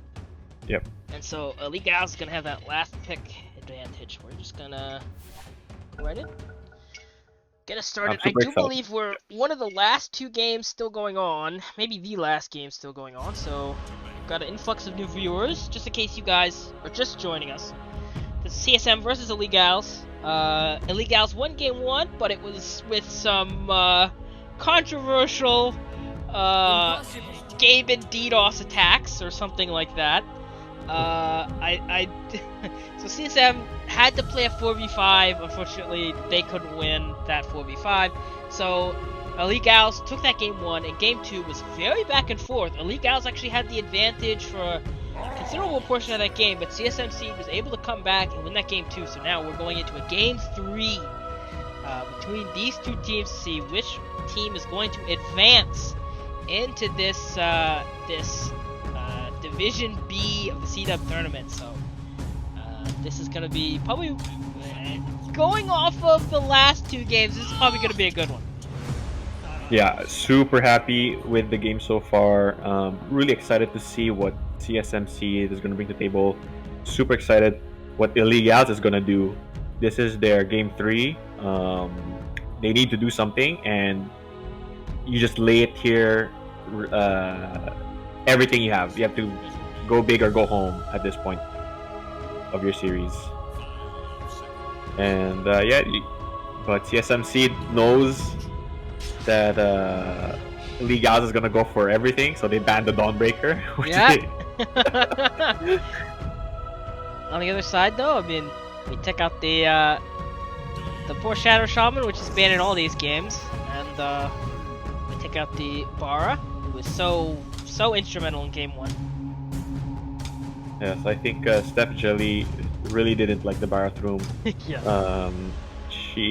I think she can do well with the Slardar at least, but don't give me Barathroom as an offlane. Like, yeah. the love of God. And yeah, I think as Illegalz, you have to ask yourselves, like, what do we do for game 3? What's gonna be our winning strat here? What do you think their changes are for their team play? Yeah, I mean, you obviously can't keep doing what you were doing. Like, you gotta make some kind of, like, big adjustment here on, like, Hoodwink. That's a different hero, but I feel like you can't just keep playing, like, the same, like, Dawnbreaker, Wraith King, or whatever. Like, you got to play something else.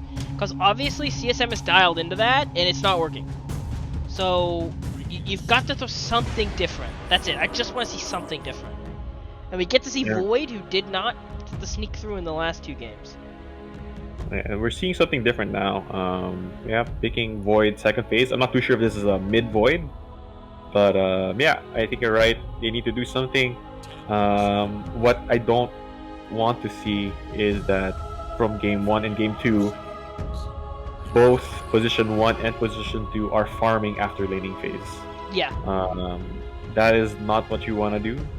Even in my opinion, even if you lose position the mid, you have to make moves somewhere. You have to regain your lead somewhere. If not in the lane, side lane kills maybe, or go into the jungle, kill their farming position 1, opponent position 1.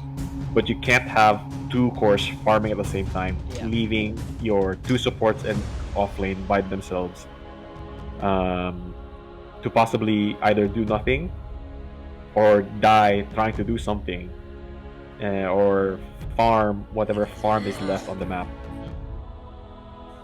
Yeah, I think CSM, at least from watching them in the EU League and now here, I think the big,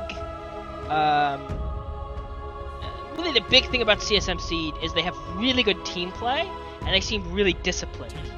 Like, they seem, I mean, you know, of course they've got a coach or whatever, but they seem coached. You know what I mean? Like, Yeah. they're doing good. Oh, I missed my chance on that. Whatever. But sorry, I'm having to deal with the ref stuff. Let me hold that. No worries. Okay. Yeah. But I lost my train of thought. You say something smart. I'll say something. I don't guarantee it's gonna be smart, but Okay. yeah. CSMC discipline from the past 2 games.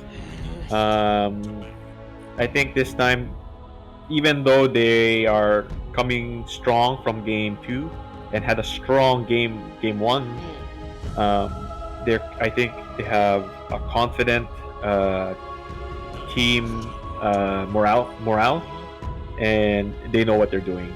I think they know that they make better moves. They know when to make a move, when not to make a move, and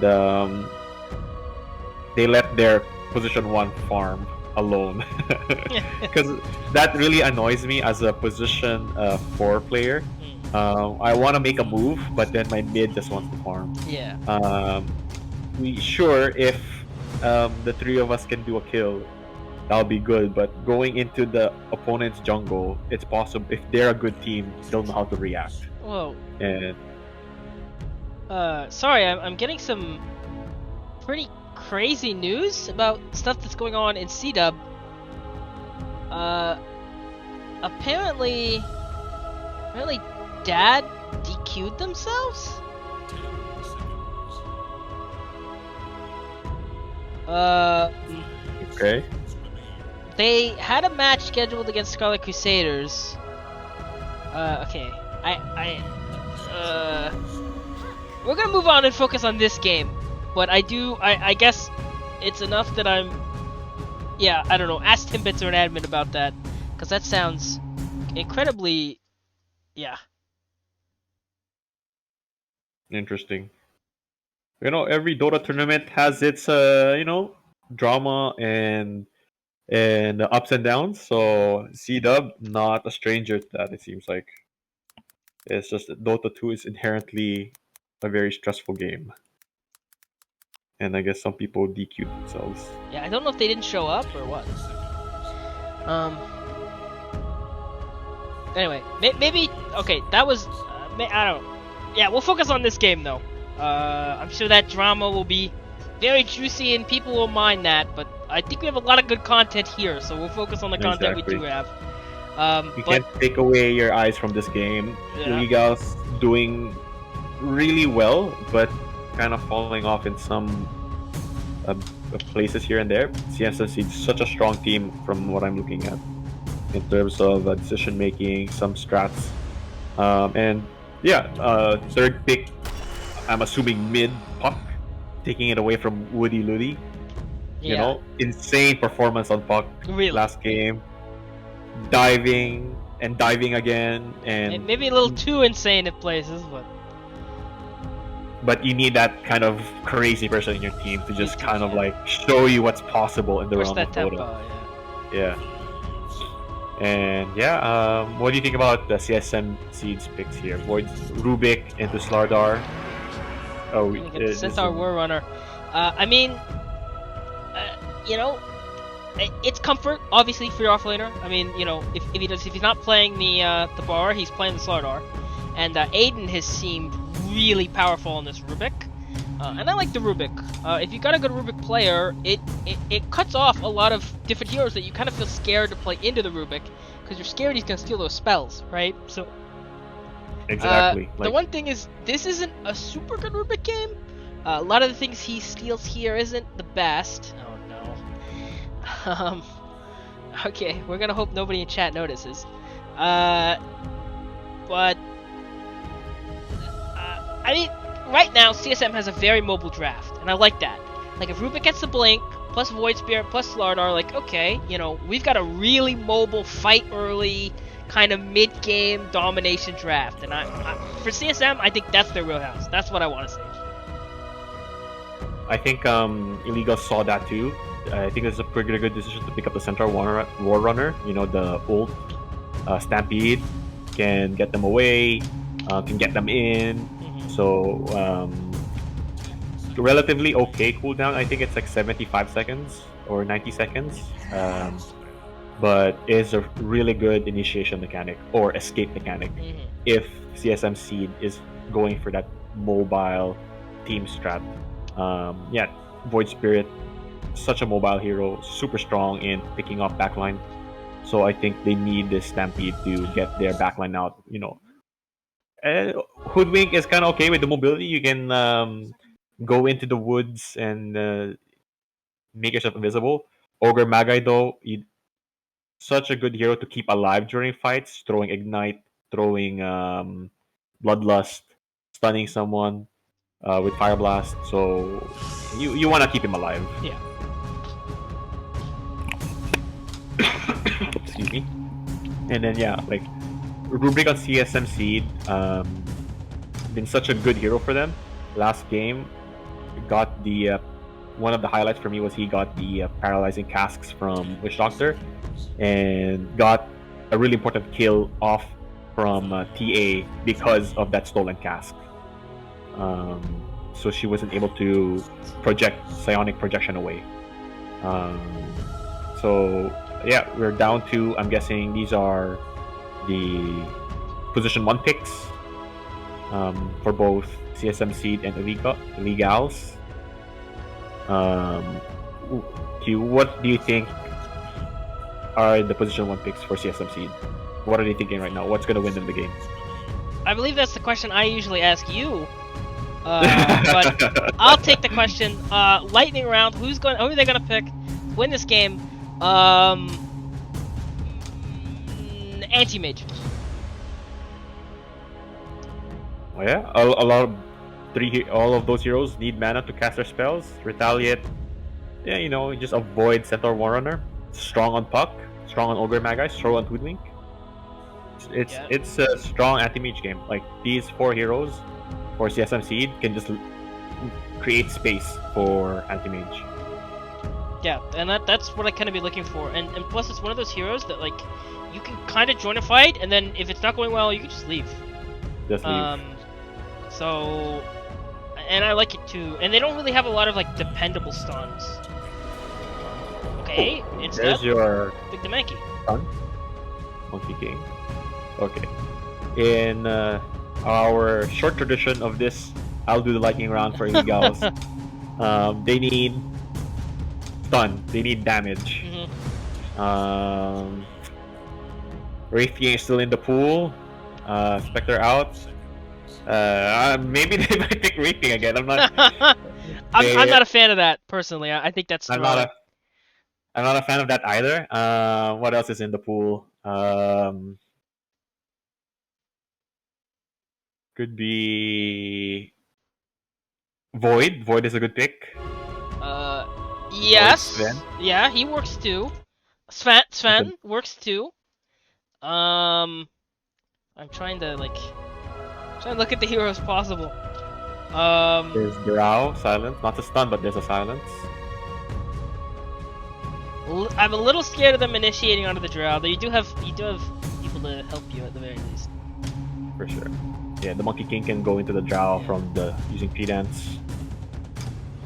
It's not an easy decision for Illegals. Yeah. TA would be amazing if it wasn't banned. You've got to have some big physical burst for the monkey, basically. That's what you need. You need somebody who's just going to burst him down before he really starts to get the damage in the Wukongs. Or he gets his 4 stacks. I think it's either between the Sven Okay. or the Void. Because both Sven has that physical burst that you were saying, and the stun. Here we go. No! The Not at all! Terror Blade. We go the Terror of Dota, the Okay. Terror Blade. Okay. I mean, You know what? A lot of sustained damage, not necessarily the burst damage we're looking It's for. a Grace Jam Terrorblade. So Yeah. So Grace is moving down to the hard carry, is what I'm guessing. okay, yeah.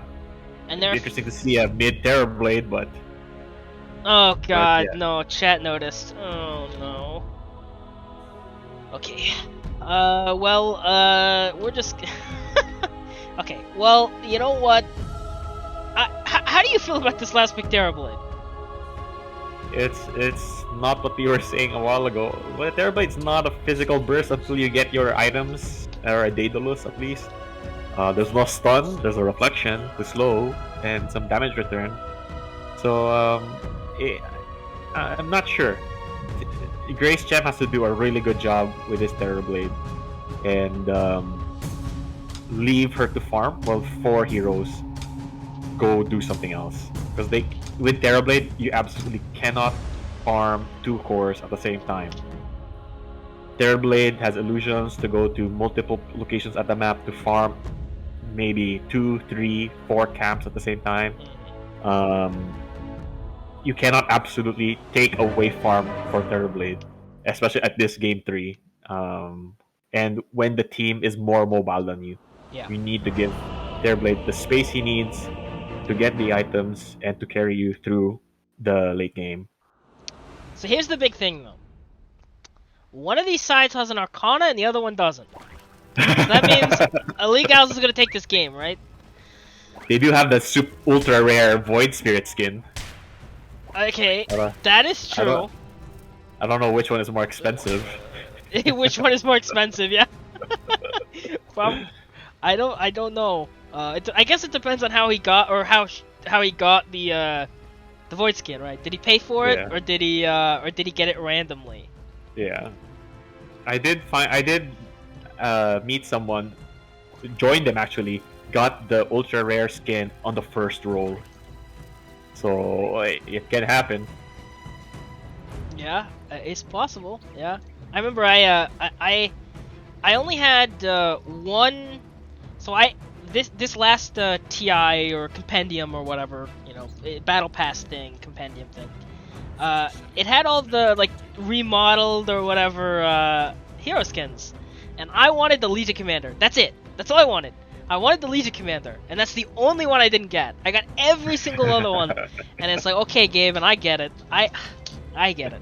I should have spent the $5 more to upgrade my battle pass, whatever. Like, okay, thanks, Gabe. Gaben sees everything and knows everything. Most importantly, he knows how much you spend. Yeah. If it's not enough, you won't be blessed by Gaben. I should have bought a Stream Deck. Or a Steam Deck, I think it's called. A lot of damage. Oh no, not a good start for Woody. Down. Oh, got the salve though. Pop the salve for Woody. So yeah, I want to see the matchup for mid be active again. They both have super active heroes. So I want them to use their level timings and power runes to go to map to the side lanes and do some aggressive pushes. We know Woody is very aggressive. Yeah. Haven't seen Illusion play mid. And it's escaping me right now which position he played in the last couple games. But he needs to go to the side lanes and put pressure, especially for TB. He needs to give TB a good start this game. Or she, actually. My bad. Yep, true. I mean, it's the hero is a he, right? So. Is Pucko Puck is a he. male? Yeah, Puck Oh, is a okay. he. Yeah. Okay. I think it has a female voice actor though. I don't know, but it's based off Shakespeare, which is a he. Okay. Except I think that character is supposed to be female, except it always gets played by a male because back in the day, females just they couldn't act or whatever. Okay. It was not a good time for females. Yeah, we'll get back in the door, okay? I'm sure nobody cares about that historical tangent. Woody Liddy's dominating this mid lane, by the way, 9-4. I'm curious if Illusion actually goes mid. I think they made a snap decision to put Grace Jam into position 1. and probably just ask who can mid this game. So Yeah, Grace is generally. I mean, last season she was the hard carry, so oh, I see. I guess she's like That's- moving more into a mid lane role with the roster changes. But coming back for bringing out the hard carry when the time is dire. Yeah, yeah. When your tournament life is on the line, right? Who gets to be crowned the week 1 champions? Oh, Grace top- is actually top gonna be lane? pulled back. Okay, Fairy Fire though. Good. Save her. Yeah, TB benefits from his high armor. 9 armor already, level 2, under tower +3. But yeah, Slardar has corrosive haste, minus 20 armor, so that kind of nullifies it at level 6. Yeah. I'm looking at chat 2. We see Tankman giving his opinions about the position 1-2. Oh? Not sure about the TB. I agree. But let's see. Maybe it's a comfort hero for Grace Jam. Like at this point in the game, game 3, you have to play your comfort picks. You have to play your comfort lanes. I guess that makes sense. Yeah. I mean, everything's on the line right now. And so it's a quiet first 3 minutes of the game. Looking at net worth. In the past 2 games, we usually see 3 the CSM seeds off lane. Oh gosh, I missed that. Change settings. Yeah, that's first blood. First blood on Lich. Yeah, like I was saying, that was the Steph Jelly's lane. Usually we see 3 as the near the top as the offlaner. Yeah.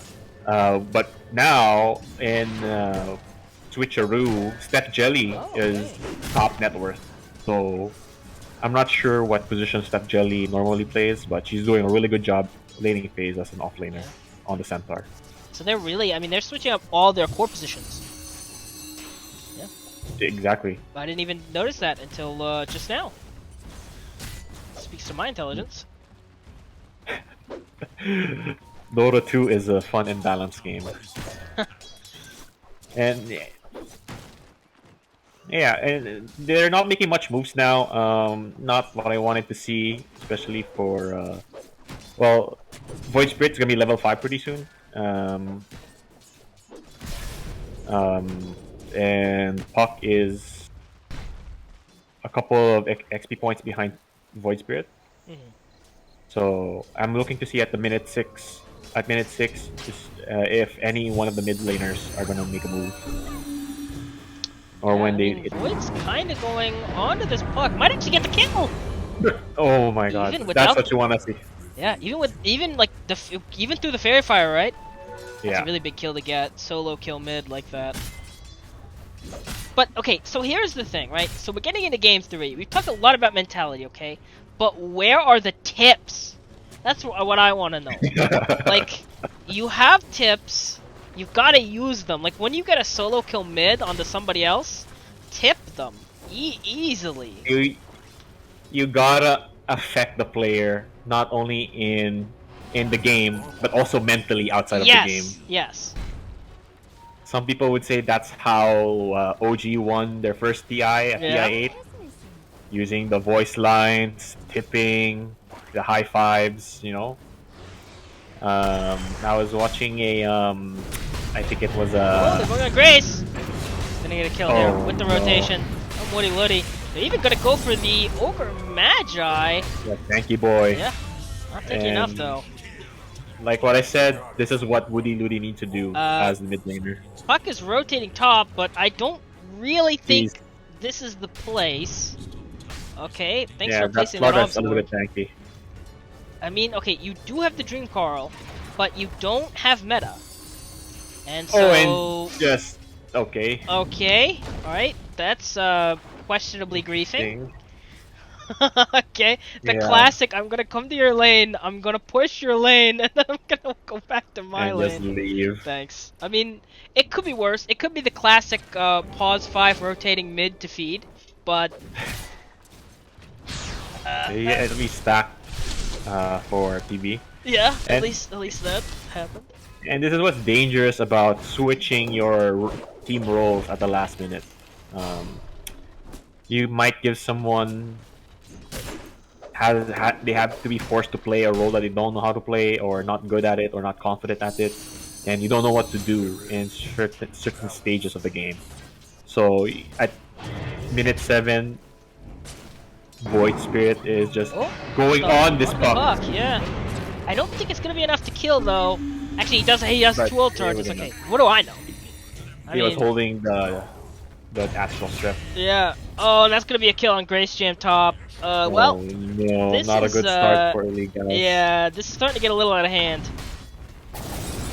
Yeah, I just wanted to point out, like, yeah, if you don't know how to play mid, you don't know how to react if you're losing mid, and I think Illuzen is not a typical mid player.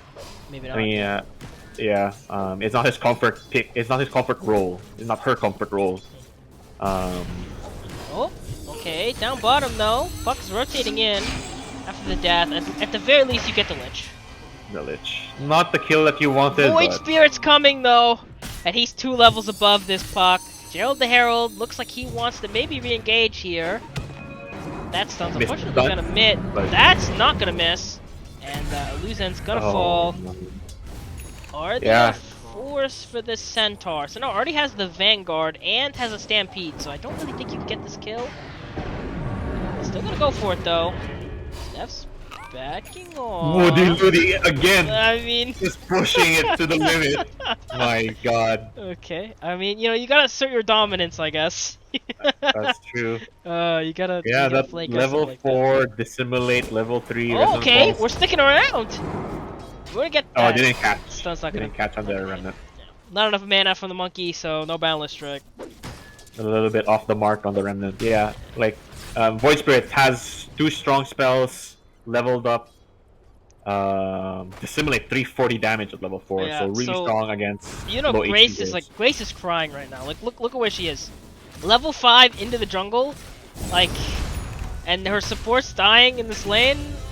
She's crying at this. I mean, at this point, this is not the situation TB wants to be in. I can tell you that much. No, definitely not. But this is what you do if your team is lagging behind. You want to Yeah. say, make space for me, let me farm. Oh no, kills bottom. There's a Stampede. Looks like the Stampede raccoon, used. or sorry, the squirrel might get away. Definitely gonna get away. Yeah, at this point, you're just, for Illegals, plug the holes of the sinking ship, damage reduction, or loss reduction. Just keep your head above water and let your TB farm while Well- the rest of you make space. I will say that on some level, you have a decent late game, right? So like it is a valid strategy, I think, to just kind of,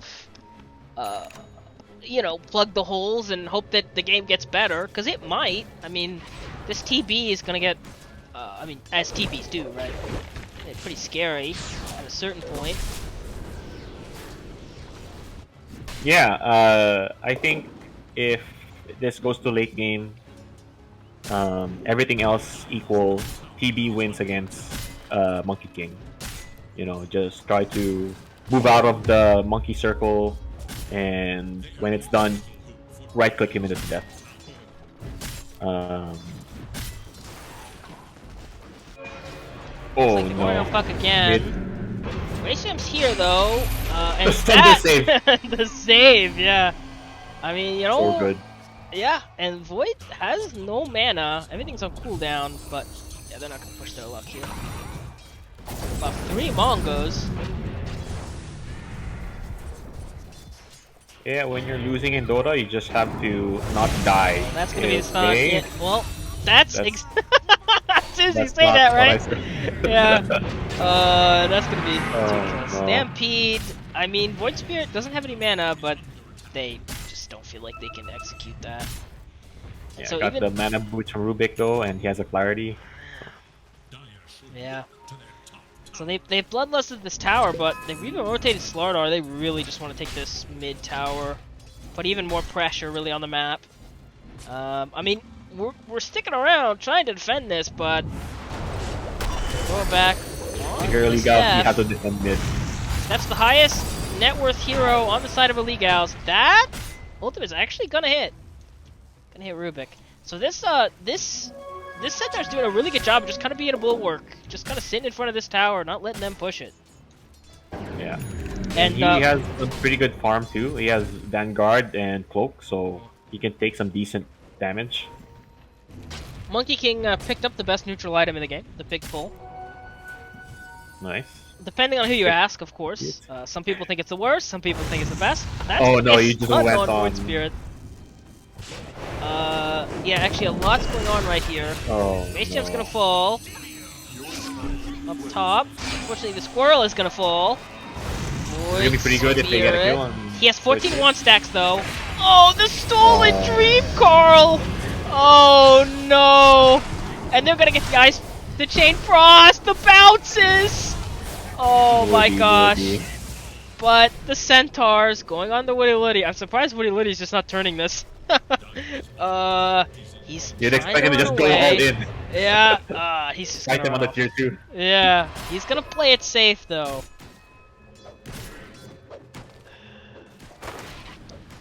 So yeah, I mean 14 to 2. I will say, you know, I mean it's only a 2k lead. Or sorry, it's only a 3k lead. So it's bad. It's not awful, I guess. Copium? I don't know. You know the cool thing though is that everybody in chat likes 3-2-2, right? So the score could be 2-2-3 at the very least. And that's cool for content. Oh, Void is initiating. Probably gonna kill this ogre again. There's the first stun. Are we gonna see the second stun? Yes, we are. Do we have enough burst damage to burst him down though? The answer, I believe, friends, is no. There's an Orchid on the Void Spirit too. Go to the left side. They have 4 heroes trying to kill Woody Liddy. I think he's gonna fall. I think he bit off a little too much. Not just gonna fall. That so Adrian tried to steal the Dream Carl. Couldn't actually get it. I mean they. Yeah, I think when Void Spirit jumped in, I don't know when he got his Orchid, but he could have Orchided and got that kill. But Orchid was a little bit of a misplay there. But it's not good when your position, when your Orchid or your Ogre just dies like that, or is about to die like that.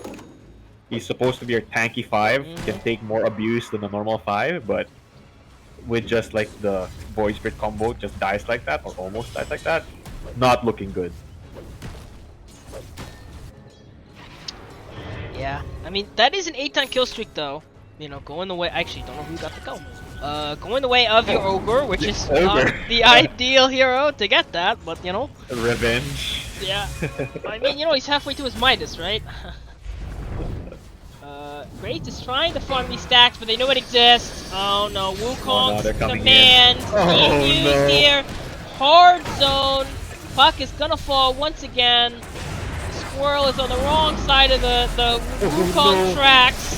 Oh no. Centaur's gonna fall too. You gotta get that kill. Gonna be using the back line, so they do actually get the fish. They get tree, but you are gonna lose most of these ancients.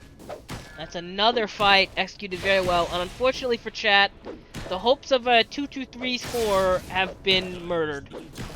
I know you guys are disappointed. I'm disappointed too.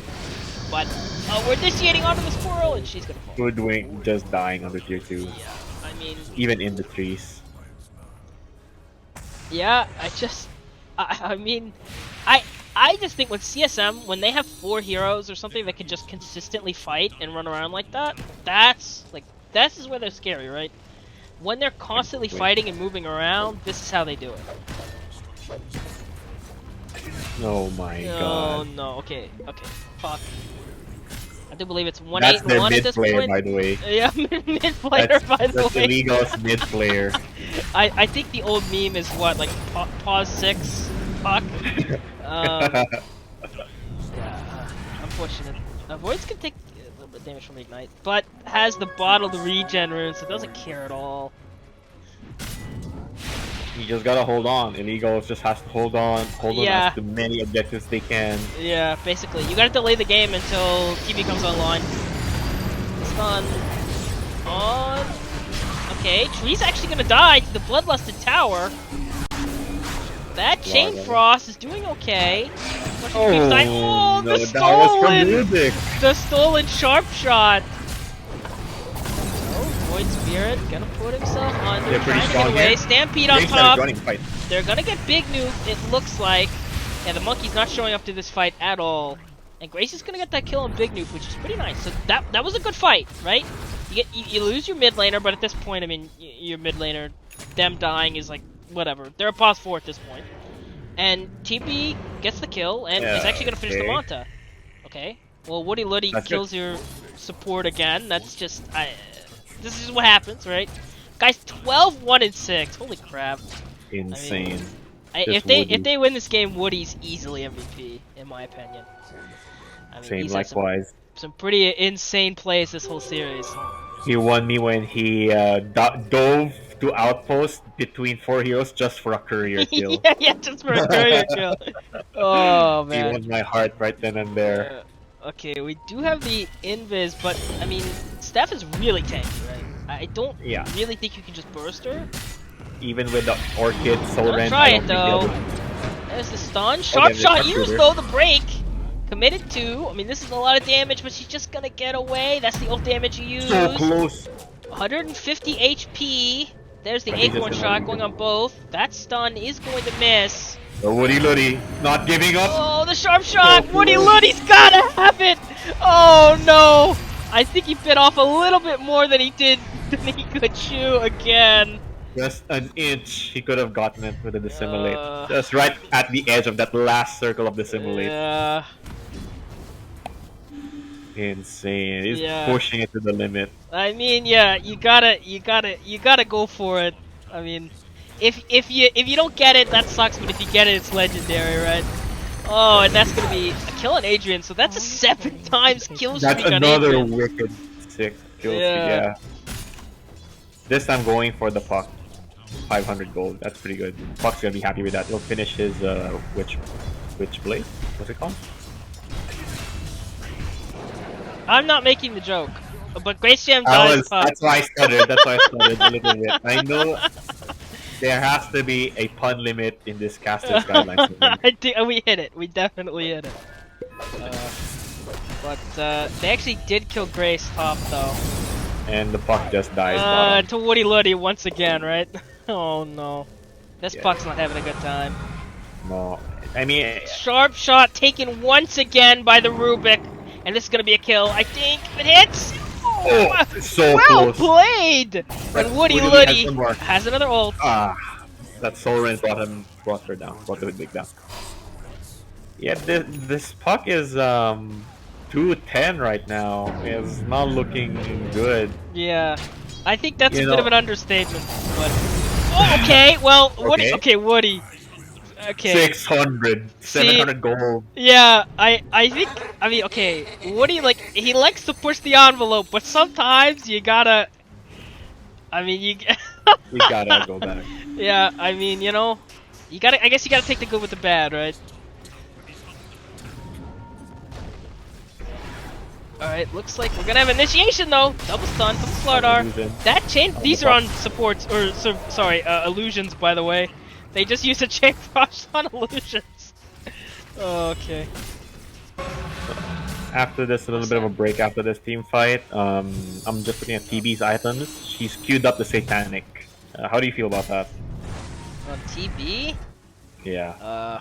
I mean, I guess you're scared about getting bursted, but I don't think your attack speed is like fast enough to really. I don't know. It gives you a dispel, which is nice. Looks like we have initiation on Gerald the Hill. I'm not a big fan of it. Oh, my no. Yeah, God. BK revealed. Both supports are gonna die. That. Oh, okay. Puck has arrived to do Puck things. Okay, TD is that's here a too? decent stun. That is gonna be. So, unfortunately, that's the silence stolen, not the Dream Carl. But Woody Luddy is here, and you gotta get out of here. Gerald the Herald's just gonna barely survive on 200 HP. Woody Lee sticking around. He wants to take this fight. He wants to take this fight. Oh no, Grace is gonna be silent. He's This gonna be Thunder. dead. He's gonna die again. No. Adrian sticking around too. Oh, gonna support his carry. Does have an earn charge stack, but now he's backing off. But Woody Liddy's not. Okay, This now, guy's now freaking he's gonna nuts. back off. Gonna go for the He's just squirrel. going in again. Gonna get initiated on. The silent. steps. Is he gonna Either burst to remnant. the orchid? Oh my. So See, that's the classic, like, walk away from explosions, right? Exactly. Like, he So knew the cool. orchid would be enough damage. Woody Luddy. Oh my gosh. I wouldn't want to be an Illegalz player right Yeah. now. So I can't because I'm not a gal. Yeah. But I mean, you get my point. yeah. I think Woody's like. There is a chat spam, nerf Woody please, and it's a pretty good one. Oh no, Puck, please, no Puck, no Puck, please. Oh no. Oh no. Stop the abuse on poor Puck. Under Woody tier is 6 17, 3, and 7. And those 3 deaths are not like They're going on Kachi again. those 3 deaths are just like mistakes from Woody. Yeah. It's not the initiate.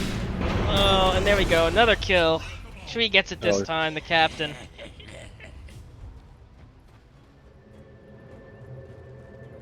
Grace Jam still so far away from Yeah. from her satanic. Yeah, so we were talking about it. I don't think it's bad. I just think that, like, I think you really want damage. Like, I think that here's like what you do. You go like, hey, I desperately need damage, and or slash like satanic, or sorry, Scotty is pretty good too. I think you really just kind of need that kind of like Scotty or like a damage item, and you go, Yeah. if I get bursted, I get bursted. Like, Satanic's not gonna help me from this burst damage. Oh, the sharp shot! Okay, that's a nice kill. Nice. I just Still feel like getting some money. you're gonna get into a 300 position gold, where you yeah. just don't have enough damage to actually use the Satanic effect. Exactly. I understand the concept. She doesn't want to die. Yeah, I agree. Yeah, I mean, Blade 1300 health, still level 14 with just Manta.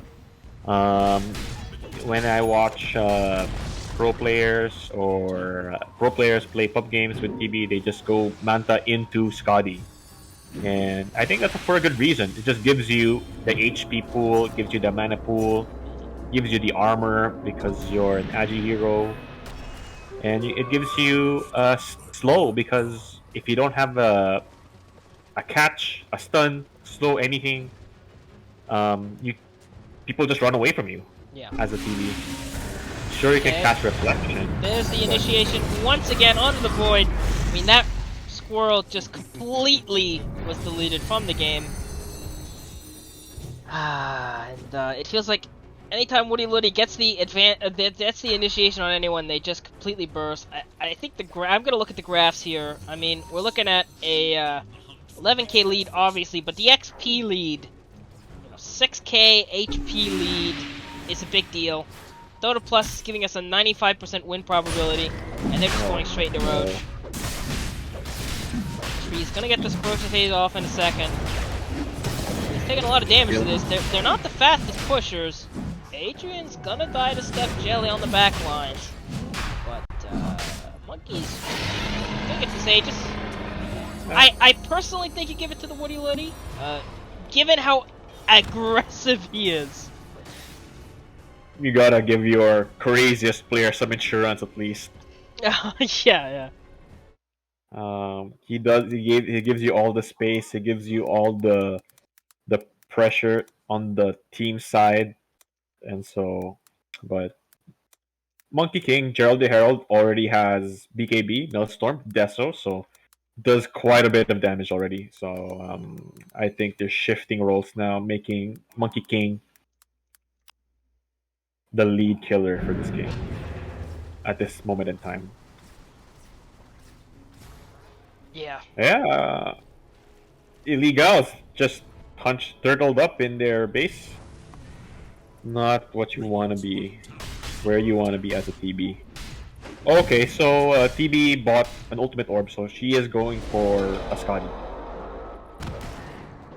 Okay. I think that's a good decision. Yeah.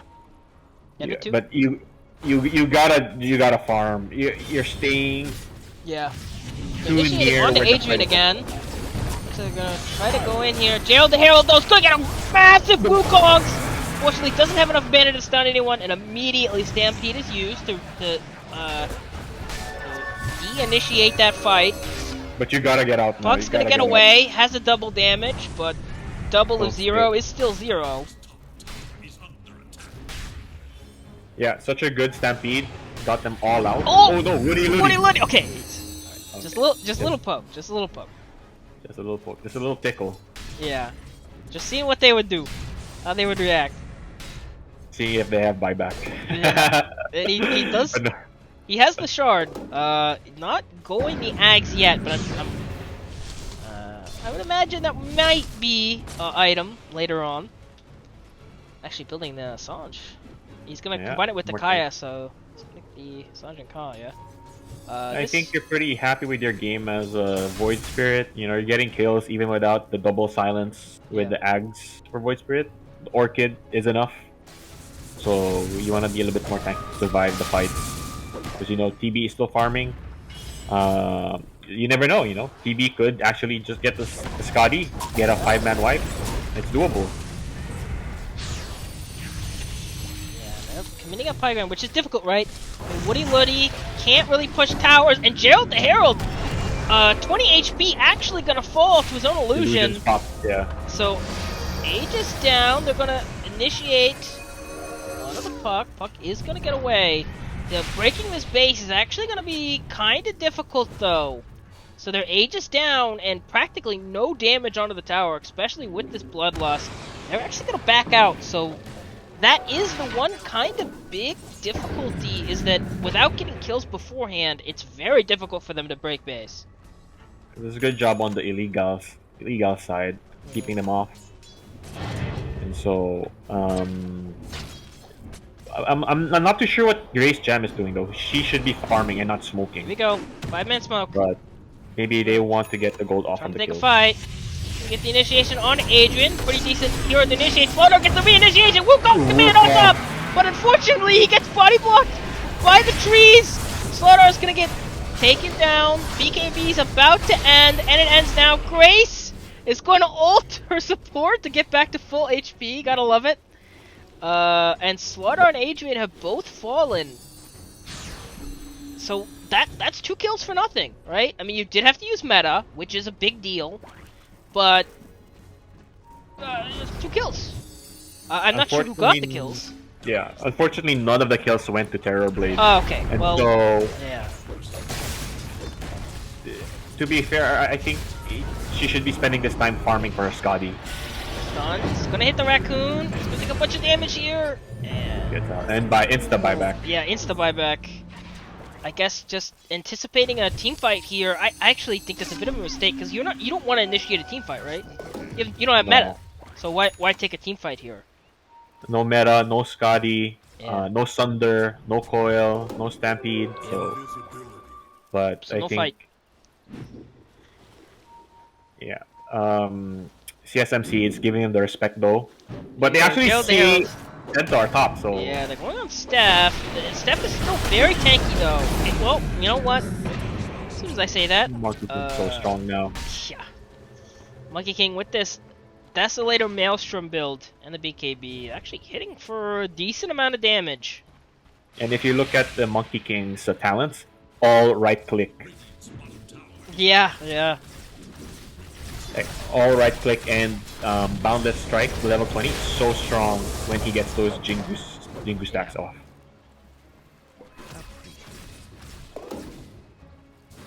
But Grace Jam, yeah, super close to point booster, 300 left or 150 gold left. Yep. Might as well sell your Magic Wand and Quelling Blade, honestly. Yeah, pretty much. No need to hold on to them. The difficulty is getting a right. It's a classic. How do I get a courier to the secret shop? That's true. And they have pretty good wardage all over here, so can they either intercept. saw TB's items, yeah. They're expecting the. There are two. If you look at the middle right side of the map, you can see two couriers, one from Grace Jam and one from Steph Jelly, waiting near. Yeah. Oh yeah, I see him here. Yeah. Oh no! Oh no! Run away! Run away! Oh, okay. No. The first one Okay. missed. It's gonna get haste. Haste. Oh No. no! Oh well. Okay. Well, is the other play to 5-man smoke all the way to your opponent's secret shop, right? Is that the play? You have to get your Yeah, Scotty. they're gonna make this play. They're actually gonna hard rotate. They didn't smoke though, so all this is gonna be under a ward. The thing is though, they're actually just gonna go straight up high ground. So it's kind of a base race scenario, except one hero or one team is actually just trying to buy an item. Jailed the Herald's gonna get rooted. I mean, this tower's gone. We did get the Scotty finished. TB. Being back in here. If you ever, you gotta take a fight. Okay. Here it is. Wukong's command committed. Gonna get the double stun. Puck is gonna fall once again. Thunder though. Thunder save. Just the save. They're gonna get the. Stampede out. They're gonna get the stampede. But They're just gonna back into the base. They have to re-engage. Yeah, they've got to re-engage. They can't give up this Rax for free. They have coil on Puck still. You have to use that illusory coil. orb. You have to use a bit out of. I mean, you And gotta no grab blink on somebody, the- right? At the very least, Dream Coil somebody! Oh no! Oh no. Got a little too far. Woody Luddy is We rooted got though! smoke. Might actually fall and will fall! They can keep going for more. A big kill, yeah, they gotta get Adrian too. Though he does have a The illusory same. orb and a blink too. And a blink. Yeah, no way they're catching that hero. So... I mean, at the very least, you get the one kill, but you are down a Rax. But and I no think, meta too. yeah, it's not all lost for Illegalz here. TB is such a dangerous hero in the late game. Definitely, yeah, definitely. If he is an insurance hero, if you pay your insurance and give him the farm he needs, Yep. even at this point in the game, 37-16, CSM seed, leading kills, sorry, and losing one side of Rax, TB is still dangerous. Yeah. This double damage too actually is kind of big if one team could secure it. I'm And gonna it ping looks it out. like I mean, Roshan is gonna spawn in 5 seconds. So if you take this, go to Rosh Pit, it's gone. okay, they're gonna give it to the monkey. Roshan just respawned. Yeah, Mankey's gonna take it. Okay, so they're not gonna go into Rosh. They're just gonna. Immediately make Invade. a move. Yeah. They're trying to find where Illegals are at. So they're not here. The yellow. They want someone to push the bottom lane. Okay, interesting. Yeah, I mean, wouldn't the bottom lane naturally push? Because you know, or maybe Yeah. that's what they're marking. I don't know. Yeah. Not so. I think I've been watching TB this past couple minutes, and she's just been waiting for a fight or in base, Yeah. and that's not what you want to do as TB. Yeah, not farming. There is a space somewhere there. You can go to the enemy side. You know that the team is on your side, so you can sneak out. Yeah. Just look at the map. You have to farm. You're the team insurance. You're what's gonna win them the game. You have to do something. Even if you just go solo smoke, go to Radiant Yeah. bottom jungle. You gotta get some money somehow, and you're so close to Satanic. Well, at least maybe 2k gold, but Yeah. that's supposed to be a fast thing for TB to farm. Yeah, DB is just really struggling to get farm in this game. I mean, just really getting out farmed by Gerald the Herald, and they're going into the Rosh Pit. Who do you think gets the shard here? Woody already has the shard. Monkey shard is not that good, and they give it to Slardar. Sudden Crush applies corrosive haste 5 seconds to units affected. Increases the range too. That's pretty good. Yeah, it's alright. Yeah, I mean, Oh yeah, Rubik And already it has goes- his, and then of course Void already has his. So like the best ones already have theirs. So Yeah. it's fine. And Unless also you Void prefer Spirit has an Ice Fire. Ags as well. So There we go. That double silence. It's a total of, I'm guessing 3 seconds. Actually, don't know. they're gonna make the smoke here, but that is not the real TB. Not really a big deal though. Just gonna push down the top lane. Creeps are coming in. With the Aegis on this Mankey, it's gonna be fairly difficult for them to engage here. They do have the Aegis. They do have the Monkey ult. BKB. If the plan is to just invade the top side racks, See, they can literally just Monkey ult and then hit racks. TB does have buyback, but of course buyback is a very limited use on a hero like TB. They're initiating onto the Monkey King, Okay. immediately bursts him down. Counter Yep, initiation. Steph Jelly taking a lot of damage. Gonna fall here unless she gets sundered. Yeah, I'm glad she wasn't Oh, no. sundered. Grace Wukong's in the middle command of the though. Wukong. Does anyone have a Force Staff? I do believe the answer is no, and Grace has buyback, but it's completely useless because meta is down. At the very least, they burst Woody Luddy, who bought off a little bit more than he could chew. They're And they're going for stampeding, more. trying to go on Jail the Hill, and Jail the Hill's gonna fall. Insane. Okay, well, you lose your TB, which is bad, but you save your tower and you get 3 core kills plus an Aegis. That's big. I mean, that's really big, right? That's as good of a defense as kind of you can hope for. Ideally, your TB doesn't die, but Ideal. obviously we're not in an ideal scenario, so... Yeah, I mean, who's gonna farm the map now? Like, nobody needs that farm except TV. It's a TV good... Does finish her Satanic, though. So, Oh, Grace cool. is gonna have the Satanic. Interesting. Penta-Edge Sword found by Adrian. It's gonna be a big item That's for So somebody. good for... Yeah, either Void Spirit or Monkey. So good for either of them. Looks like they're But trying to yeah. push this tier 1 top. I'm not really sure about. I'd be scared about getting rotated on. It looks like they are scared, and they're gonna back off.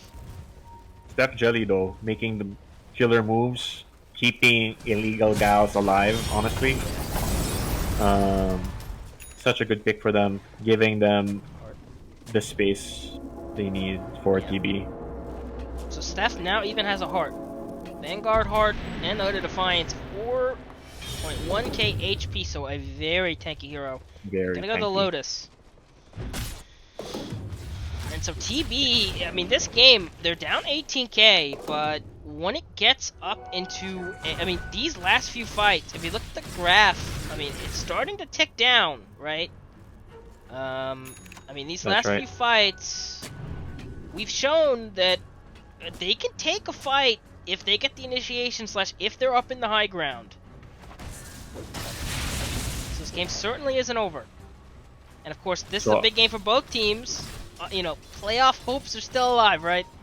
Both teams Yeah. trying to crown themselves as the lower division champions. They gotta keep those hopes alive. Exactly. Might have a 5-man smoke on the Radiant side. Yep, there we go. Ninja Gear dropped. Very nice. Leveler Yeah. and the Witchbane. Illegals have to know that none of the CSM seed players are on the map, so they have to guess that they're smoke, and they have to avoid that. If one illegal team Oh, member okay. Well, dies, goodbye. okay. Well. Ay, ay, ay. Yeah, well, I think you caster cursed that one. That's a dieback. I do believe. With like 100 seconds or whatever. I'm pretty sure that's a dieback. I'm not too sure what's happening with Illusion. It looks like he's a gold hero for Puck. Yeah, Pinata, but Void Spirit is lifting a little too deep. Satanic. Woody, You Woody's gonna get bursted. General, Oh, no! she's going too low! No She used Satan! Satanic! Oh my gosh! No Sunder and just instantly dies. She has meta. She has Oh meta. my gosh! You have And to buy back. You have to buy back. you know, Woody Or- Lodi, it looked like he was. I mean, it looked like he was throwing, but he was baiting. A tree, Oh, nice unfortunately, counter dies kill. here, but Oh, return sharpshooter. Louis was what 30 Yeah. health left. I mean, Gerald the Herald's gonna get 4 times stunned. Actually, Uh-oh. kind of in a difficult position. TP bumps back, but not gonna have any meta. If you die, you're actually he does have meta. I have no clue what I was talking about. He did use it the first. Yeah. Okay. That's a pretty decent buyback. I mean, you get a core kill plus support, and you hold. You hold. You yeah. do have to use 2 If you have buybacks, to luck, but you hold. you have to capitalize. Either get another item. Roche isn't up for another 2 minutes. You have to flash farm as PB. Yeah. You need to get BKB. She's queued up the right items. It's just the farm she's not getting. Again, in the last game, you were talking about the indecision that Illegals were being plagued on, Yeah. and that cost them the game. And I think This is scary. This is scary though. Don't do this. Don't do this. Please don't do this. If they buy back now and kill, okay, yeah, back off. If they buy back now and kill you, you have no buyback. The game is over. I mean, the game is certainly over if they kill you and die back. So don't push this. This tower is not worth it. Okay, so your ogre's gonna die on dieback, by the way. But at least Grace doesn't die. Yeah. So that you just don't make that play when you're on dieback. Like, if you want to go into their jungle and, like, farm their camps or whatever, like, okay, fine. That's fine. You farm their camps, and then you farm back towards your side. And you can do that. That's how you kind of flash farm here. But going after a tower is risky. No, definitely not. And then, yeah, TB has BKB now, so a bit more survivability in his item. In his item. In his item. Yeah, I think I'm not liking how this TB is playing, honestly. Just so much idleness. And the last fight, he didn't pop meta while they were defending mid. I'm not too sure what's going on with the team's morale. But something is going on. Alright, oh wait, no, sorry, go ahead. Yeah, and yeah. There's too much idleness, I think, on the TV, and he needs so much more money. Daedalus buyback money, just in case they go to that 5-minute mark when her buyback comes back up online. She does send her illusions to the lane to farm the lane, 2 lanes at the same time, so that's good. Roshan maybe spawn. Oh, it's a late respawn. 1 minute, 13 seconds. 1 minute. But yeah, it's been 80. The good thing is that it seems like the net worth lead on CSM Seed is holding between 18 17k. Yeah. So that means that Illegalz Oh, is they might holding- catch Grace Gem here. Has no buyback. No. If she dies, the game is over. No buyback. That is Nothing. a disaster. I mean, what an initiation on the side of CSM. If you're CSM, everyone down mid, we end game. And there's the line drawn by the captain. Just go mid. Yep, just go mid, end game. They're gonna clear the wave. And No one in Illegalz has a buyback to give. Yeah.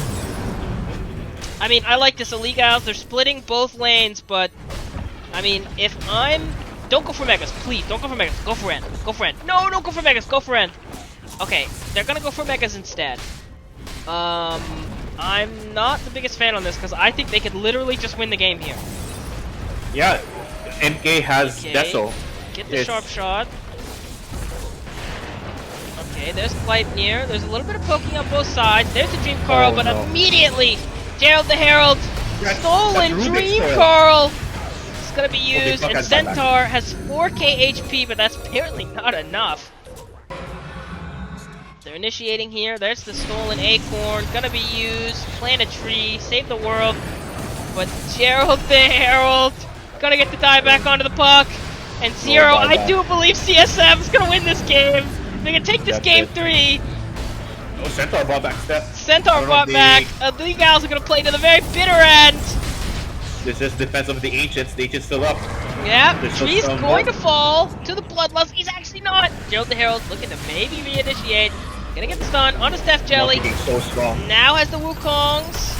The double stun from Tree, committing fully onto this, taking the Bloodlust tower hits. Going to And that's die, it. but going to That's the save game. his carry. Woody Luddy's gonna get the hit, but TB still up? TB, can we see the TB versus the world? I mean, the hardest of carries, right? Meta is up. BKB is Meta there. is up. No glyph. You're gonna have to commit now. Committing right now. BKB on top, going on to Gerald the Herald. You don't have a lot of attack speed, but you do have a lot of damage. Gonna get the kill. That was the kill. Creeps Okay. are taking the Aegis. You have to sunder. Okay. Yep. Stun Death block. game over. Grace Jam gonna effectively call it there. And so CSM Seed, they lose the first game on some wonky DC bullshit, but they come back. Game 2, Game 3, and they're going to advance. Yeah. Good attempt by Illegals. They have the right intentions. They made a good effort. It's just that some decision-making issues were there. They switched roles last minute, and yeah, CSM. I think they maybe had, I mean, they had a chance there. I just think that unfortunately Grace just got cut out there, and then of course the game was over.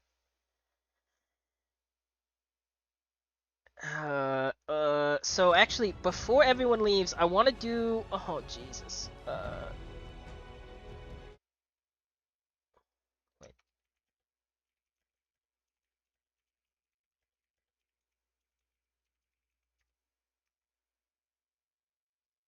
I want to get one of them in for interview. Oh, nice. They are theoretically honor bound to do the interview. But of course, it is incredibly late. Well, it's actually not that late. It's only 11 p.m. I think who's their core player? Gerald the Herald. Morale going on. Alright. Yeah, I think Gerald the Herald is like lives somewhere else, not in North America. Yeah. I don't know. Someone was saying that it's 2 a.m. somewhere. Okay. Yeah. Yeah. Thanks, thank you for the sub, by the way. We have 30 viewers. I believe that's a record for me at the very least. I've never gotten that high, so thank you guys for coming out to watch Illegalz versus CSM. So here's what's gonna happen at the end. I am going to. Okay, here's what I'm gonna do. We're gonna raid Small Nut, who's right now He's casting a game. I'm not entirely certain what game he's casting. I'll actually get that information for you. But we're gonna raid his channel, and so you guys, I'll send you guys straight to him. ZLC versus Ligma. That's the game that's going on. So I'm gonna send you guys right to him with the raid. But I will be doing the interview with CSM Seed. But it will be on the VOD because I want you guys, like, you know, to be able to watch more CDUB Dota, and I want you guys to push you guys towards more CDUB Dota. So if you guys want to watch the interview, it will still be on the VOD and all that. But I am gonna start a raid, and push you guys towards Small Nuts. So you guys can, you know, get all that the CDUB this CDUB weekend has to offer. So, but thank you guys at the very least for joining me. Oh wait, we're gonna pull Woody in here. What do you want to send him? Oh.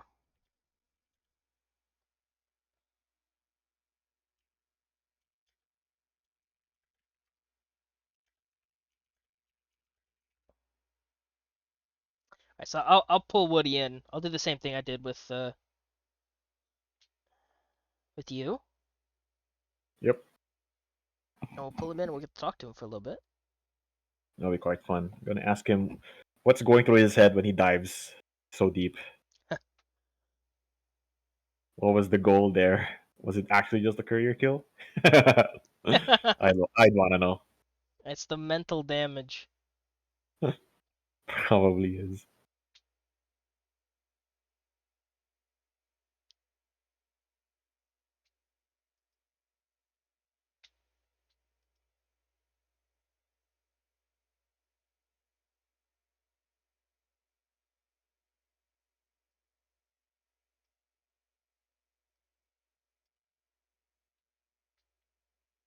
Hello, sir. Are you Woody Luddy? Hello. Yes, I am. Oh, okay. Hello, sir. Hey, how you doing, Hello. man? I'm good. I'm good, thanks you. How are you? Great. Yeah, especially watching you dominate in that last series. Uh, Yeah. so I know my mind is made up. I'm sure Zero's mind is made up as well. But we voted you for the MVP for this series. Thank you, thank you. Well, you know, Definitely. I throw the first game, so I had to do something, you know. uh, Was it you who disconnected or was it? Yeah. I Oh. clicked disconnect and yeah, I can't uh, reconnect anymore. oh no. So what happened when you realized you clicked disconnect? You- It didn't even ask me if I'm sure to disconnect or something. It just said, yeah, you're out of the game. And I was like, oh shit, man. We Oh were no. fucking winning, man, and now now we're losing. And there was no reconnect button, and yeah, I was really sad actually. yeah, you were leading that at that point, and Yeah. did your teammates give you some shit afterwards, or No, what did no, your not teammates really. say? Yeah, they said it's okay, we're gonna try 4v5. And then next game you can do better. And just don't leave the game. So it's okay. Nice, good supportive teammates. Yeah. They are But nice. I mean, you guys and it looked kind of difficult in game two, right? For a while there, you guys were on the back burner, but you were able Yeah, I made to some mistakes, come like back. I made some mistakes. And then they gave shit to me, my teammates, so I was then staying in the back and just throw out my spells. And yeah, they also played really, really good. And They make so up I for my think mistakes, you know. nice. And so I Who's just there? wanna mention that that puck dive you did at game two. All right. At the dire outpost, you dove for the courier. Yeah, I think Gerald Gerald is like, did you dive for the courier or were you trying to get a kill or something? Where? At the top dire around mid game. Near the outpost or the dire outpost. When I was playing puck? Yeah. Yeah. Yeah, I think I went for the courier and for the kill also. Like I went actually for the Go for kill and then I both, saw of the courier, course. so I killed the courier, and then my teammates came. So yeah, That Dota efficiency. Good on yeah. you. Anything from you, Q? uh, no, I mean, you guys have to feel good after that game, right? Like, I Yeah, mean, of course. game But like, one was, pretty wonky, but of course, coming back yeah, like that and winning the next two, that has to feel good. yeah, of course. Well, I think they're also the champions, or this team. They were, yeah, they were. Yeah, so we feel really good now, really confident. And so I know like game one was not such a good game. Game two, you showed that you had control of the series, or at least Yeah, at that game.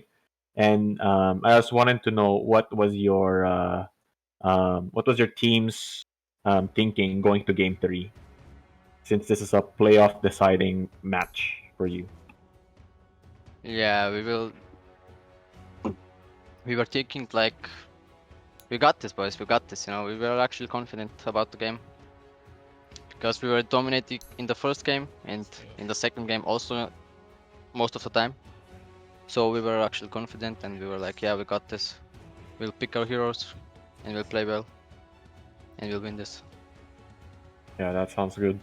And so your void spirit performance was pretty good. This game, if from my point of view, but Yeah. your normal play style for these types of heroes to dive at tier one or dive at tier two. Do you usually like doing those plays? Yeah. I like to play aggressive and just jump at people. Even if I die, if the team gets the kills, it's okay. So you don't mind dying as long as it works out to your team. No. As long as we win, it's okay. If they got the kills, 3-for-1 is also good, or 2-for-1 is also good. Okay. Nice. I definitely like the attitude, yeah. Yeah. Yeah, Okay. and yeah, that's a pretty good like the cost benefit of it is pretty good. And then so you guys are the lower division champions, right? And do we know who they're facing up against? I went to go look at that, and I don't. Okay, so we Um, don't. I can check again. But I think the team they're playing against is still playing. Let me check. Let me check for you. Okay, so there's no Yeah. team yet. But are there Yeah. any teams that you are looking forward to going against, or teams that you don't want to go against? Oh, I'm sorry. You Well, guys are playing against Scarlet Crusaders. Oh, okay. okay. Well, we Um, will actually only prepare for this game, you know. Hmm. yeah. We were just looking at the profiles from the team illegals, Yeah. so we didn't really watch the other profiles from the other teams. Okay. And then Q told me that you guys have a coach, which illegals Yes. don't have. And how do you think having a coach helps your team? Yeah, he helped us a lot. Like in the first game, we made some mistakes, and he just pointed out. And in the second game, we didn't make those mistakes anymore. And he said, "Yeah, you played really good this game, so you didn't even make some mistakes, so you can do that again and win the series." Nice. So it was really He's a helpful to really have a good coach. coach. Yeah, Okay. of course. He And was then also analyzing the teams with us and so the team, the illegals. oh, perfect. So you guys just really did your homework with illegals and Yes, prepared for yes, of this. course. And from your preparation, what did you think illegals? What was illegals' threat to you guys? What were you preparing for in terms of their strategies or their picks? Well, I think we were preparing for Creation for her picks, for her heroes. Oh, I And see. who was Smith? The how's he called? Allison or something like that. Illusion, I think. Yeah, we were preparing for their picks at most. But yeah, we actually looked at the whole team, you know, as Hmm. a whole. We are Yeah. preparing for all of them.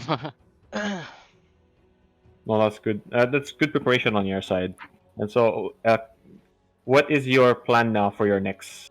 It's gonna be playoffs now. So, what is gonna be your plan of preparation? Are you guys gonna some teams relax, some teams play more Dota? How do you guys prepare for your next game, your next series? Yeah, we will probably play some games together. And yeah, just analyze the team, the next team, do the homework. Yeah. Yeah. And Get into the groove. yeah, that will be it, I think. We're just gonna play some games together. Train mates the heroes that we wanna play. Just look some tactics, how are they gonna look and so. Yeah, And so yeah, good. that's gonna be it, I think. Yeah, All right. yeah, Well, yeah. yeah. Go ahead. Thanks for joining us, Woody Liddy, Yeah, thank you too for and inviting me. good luck on your game tomorrow. Actually. Thank you, thank you. Yeah, it was really fun watching you guys. Good luck on the next game. Thank you.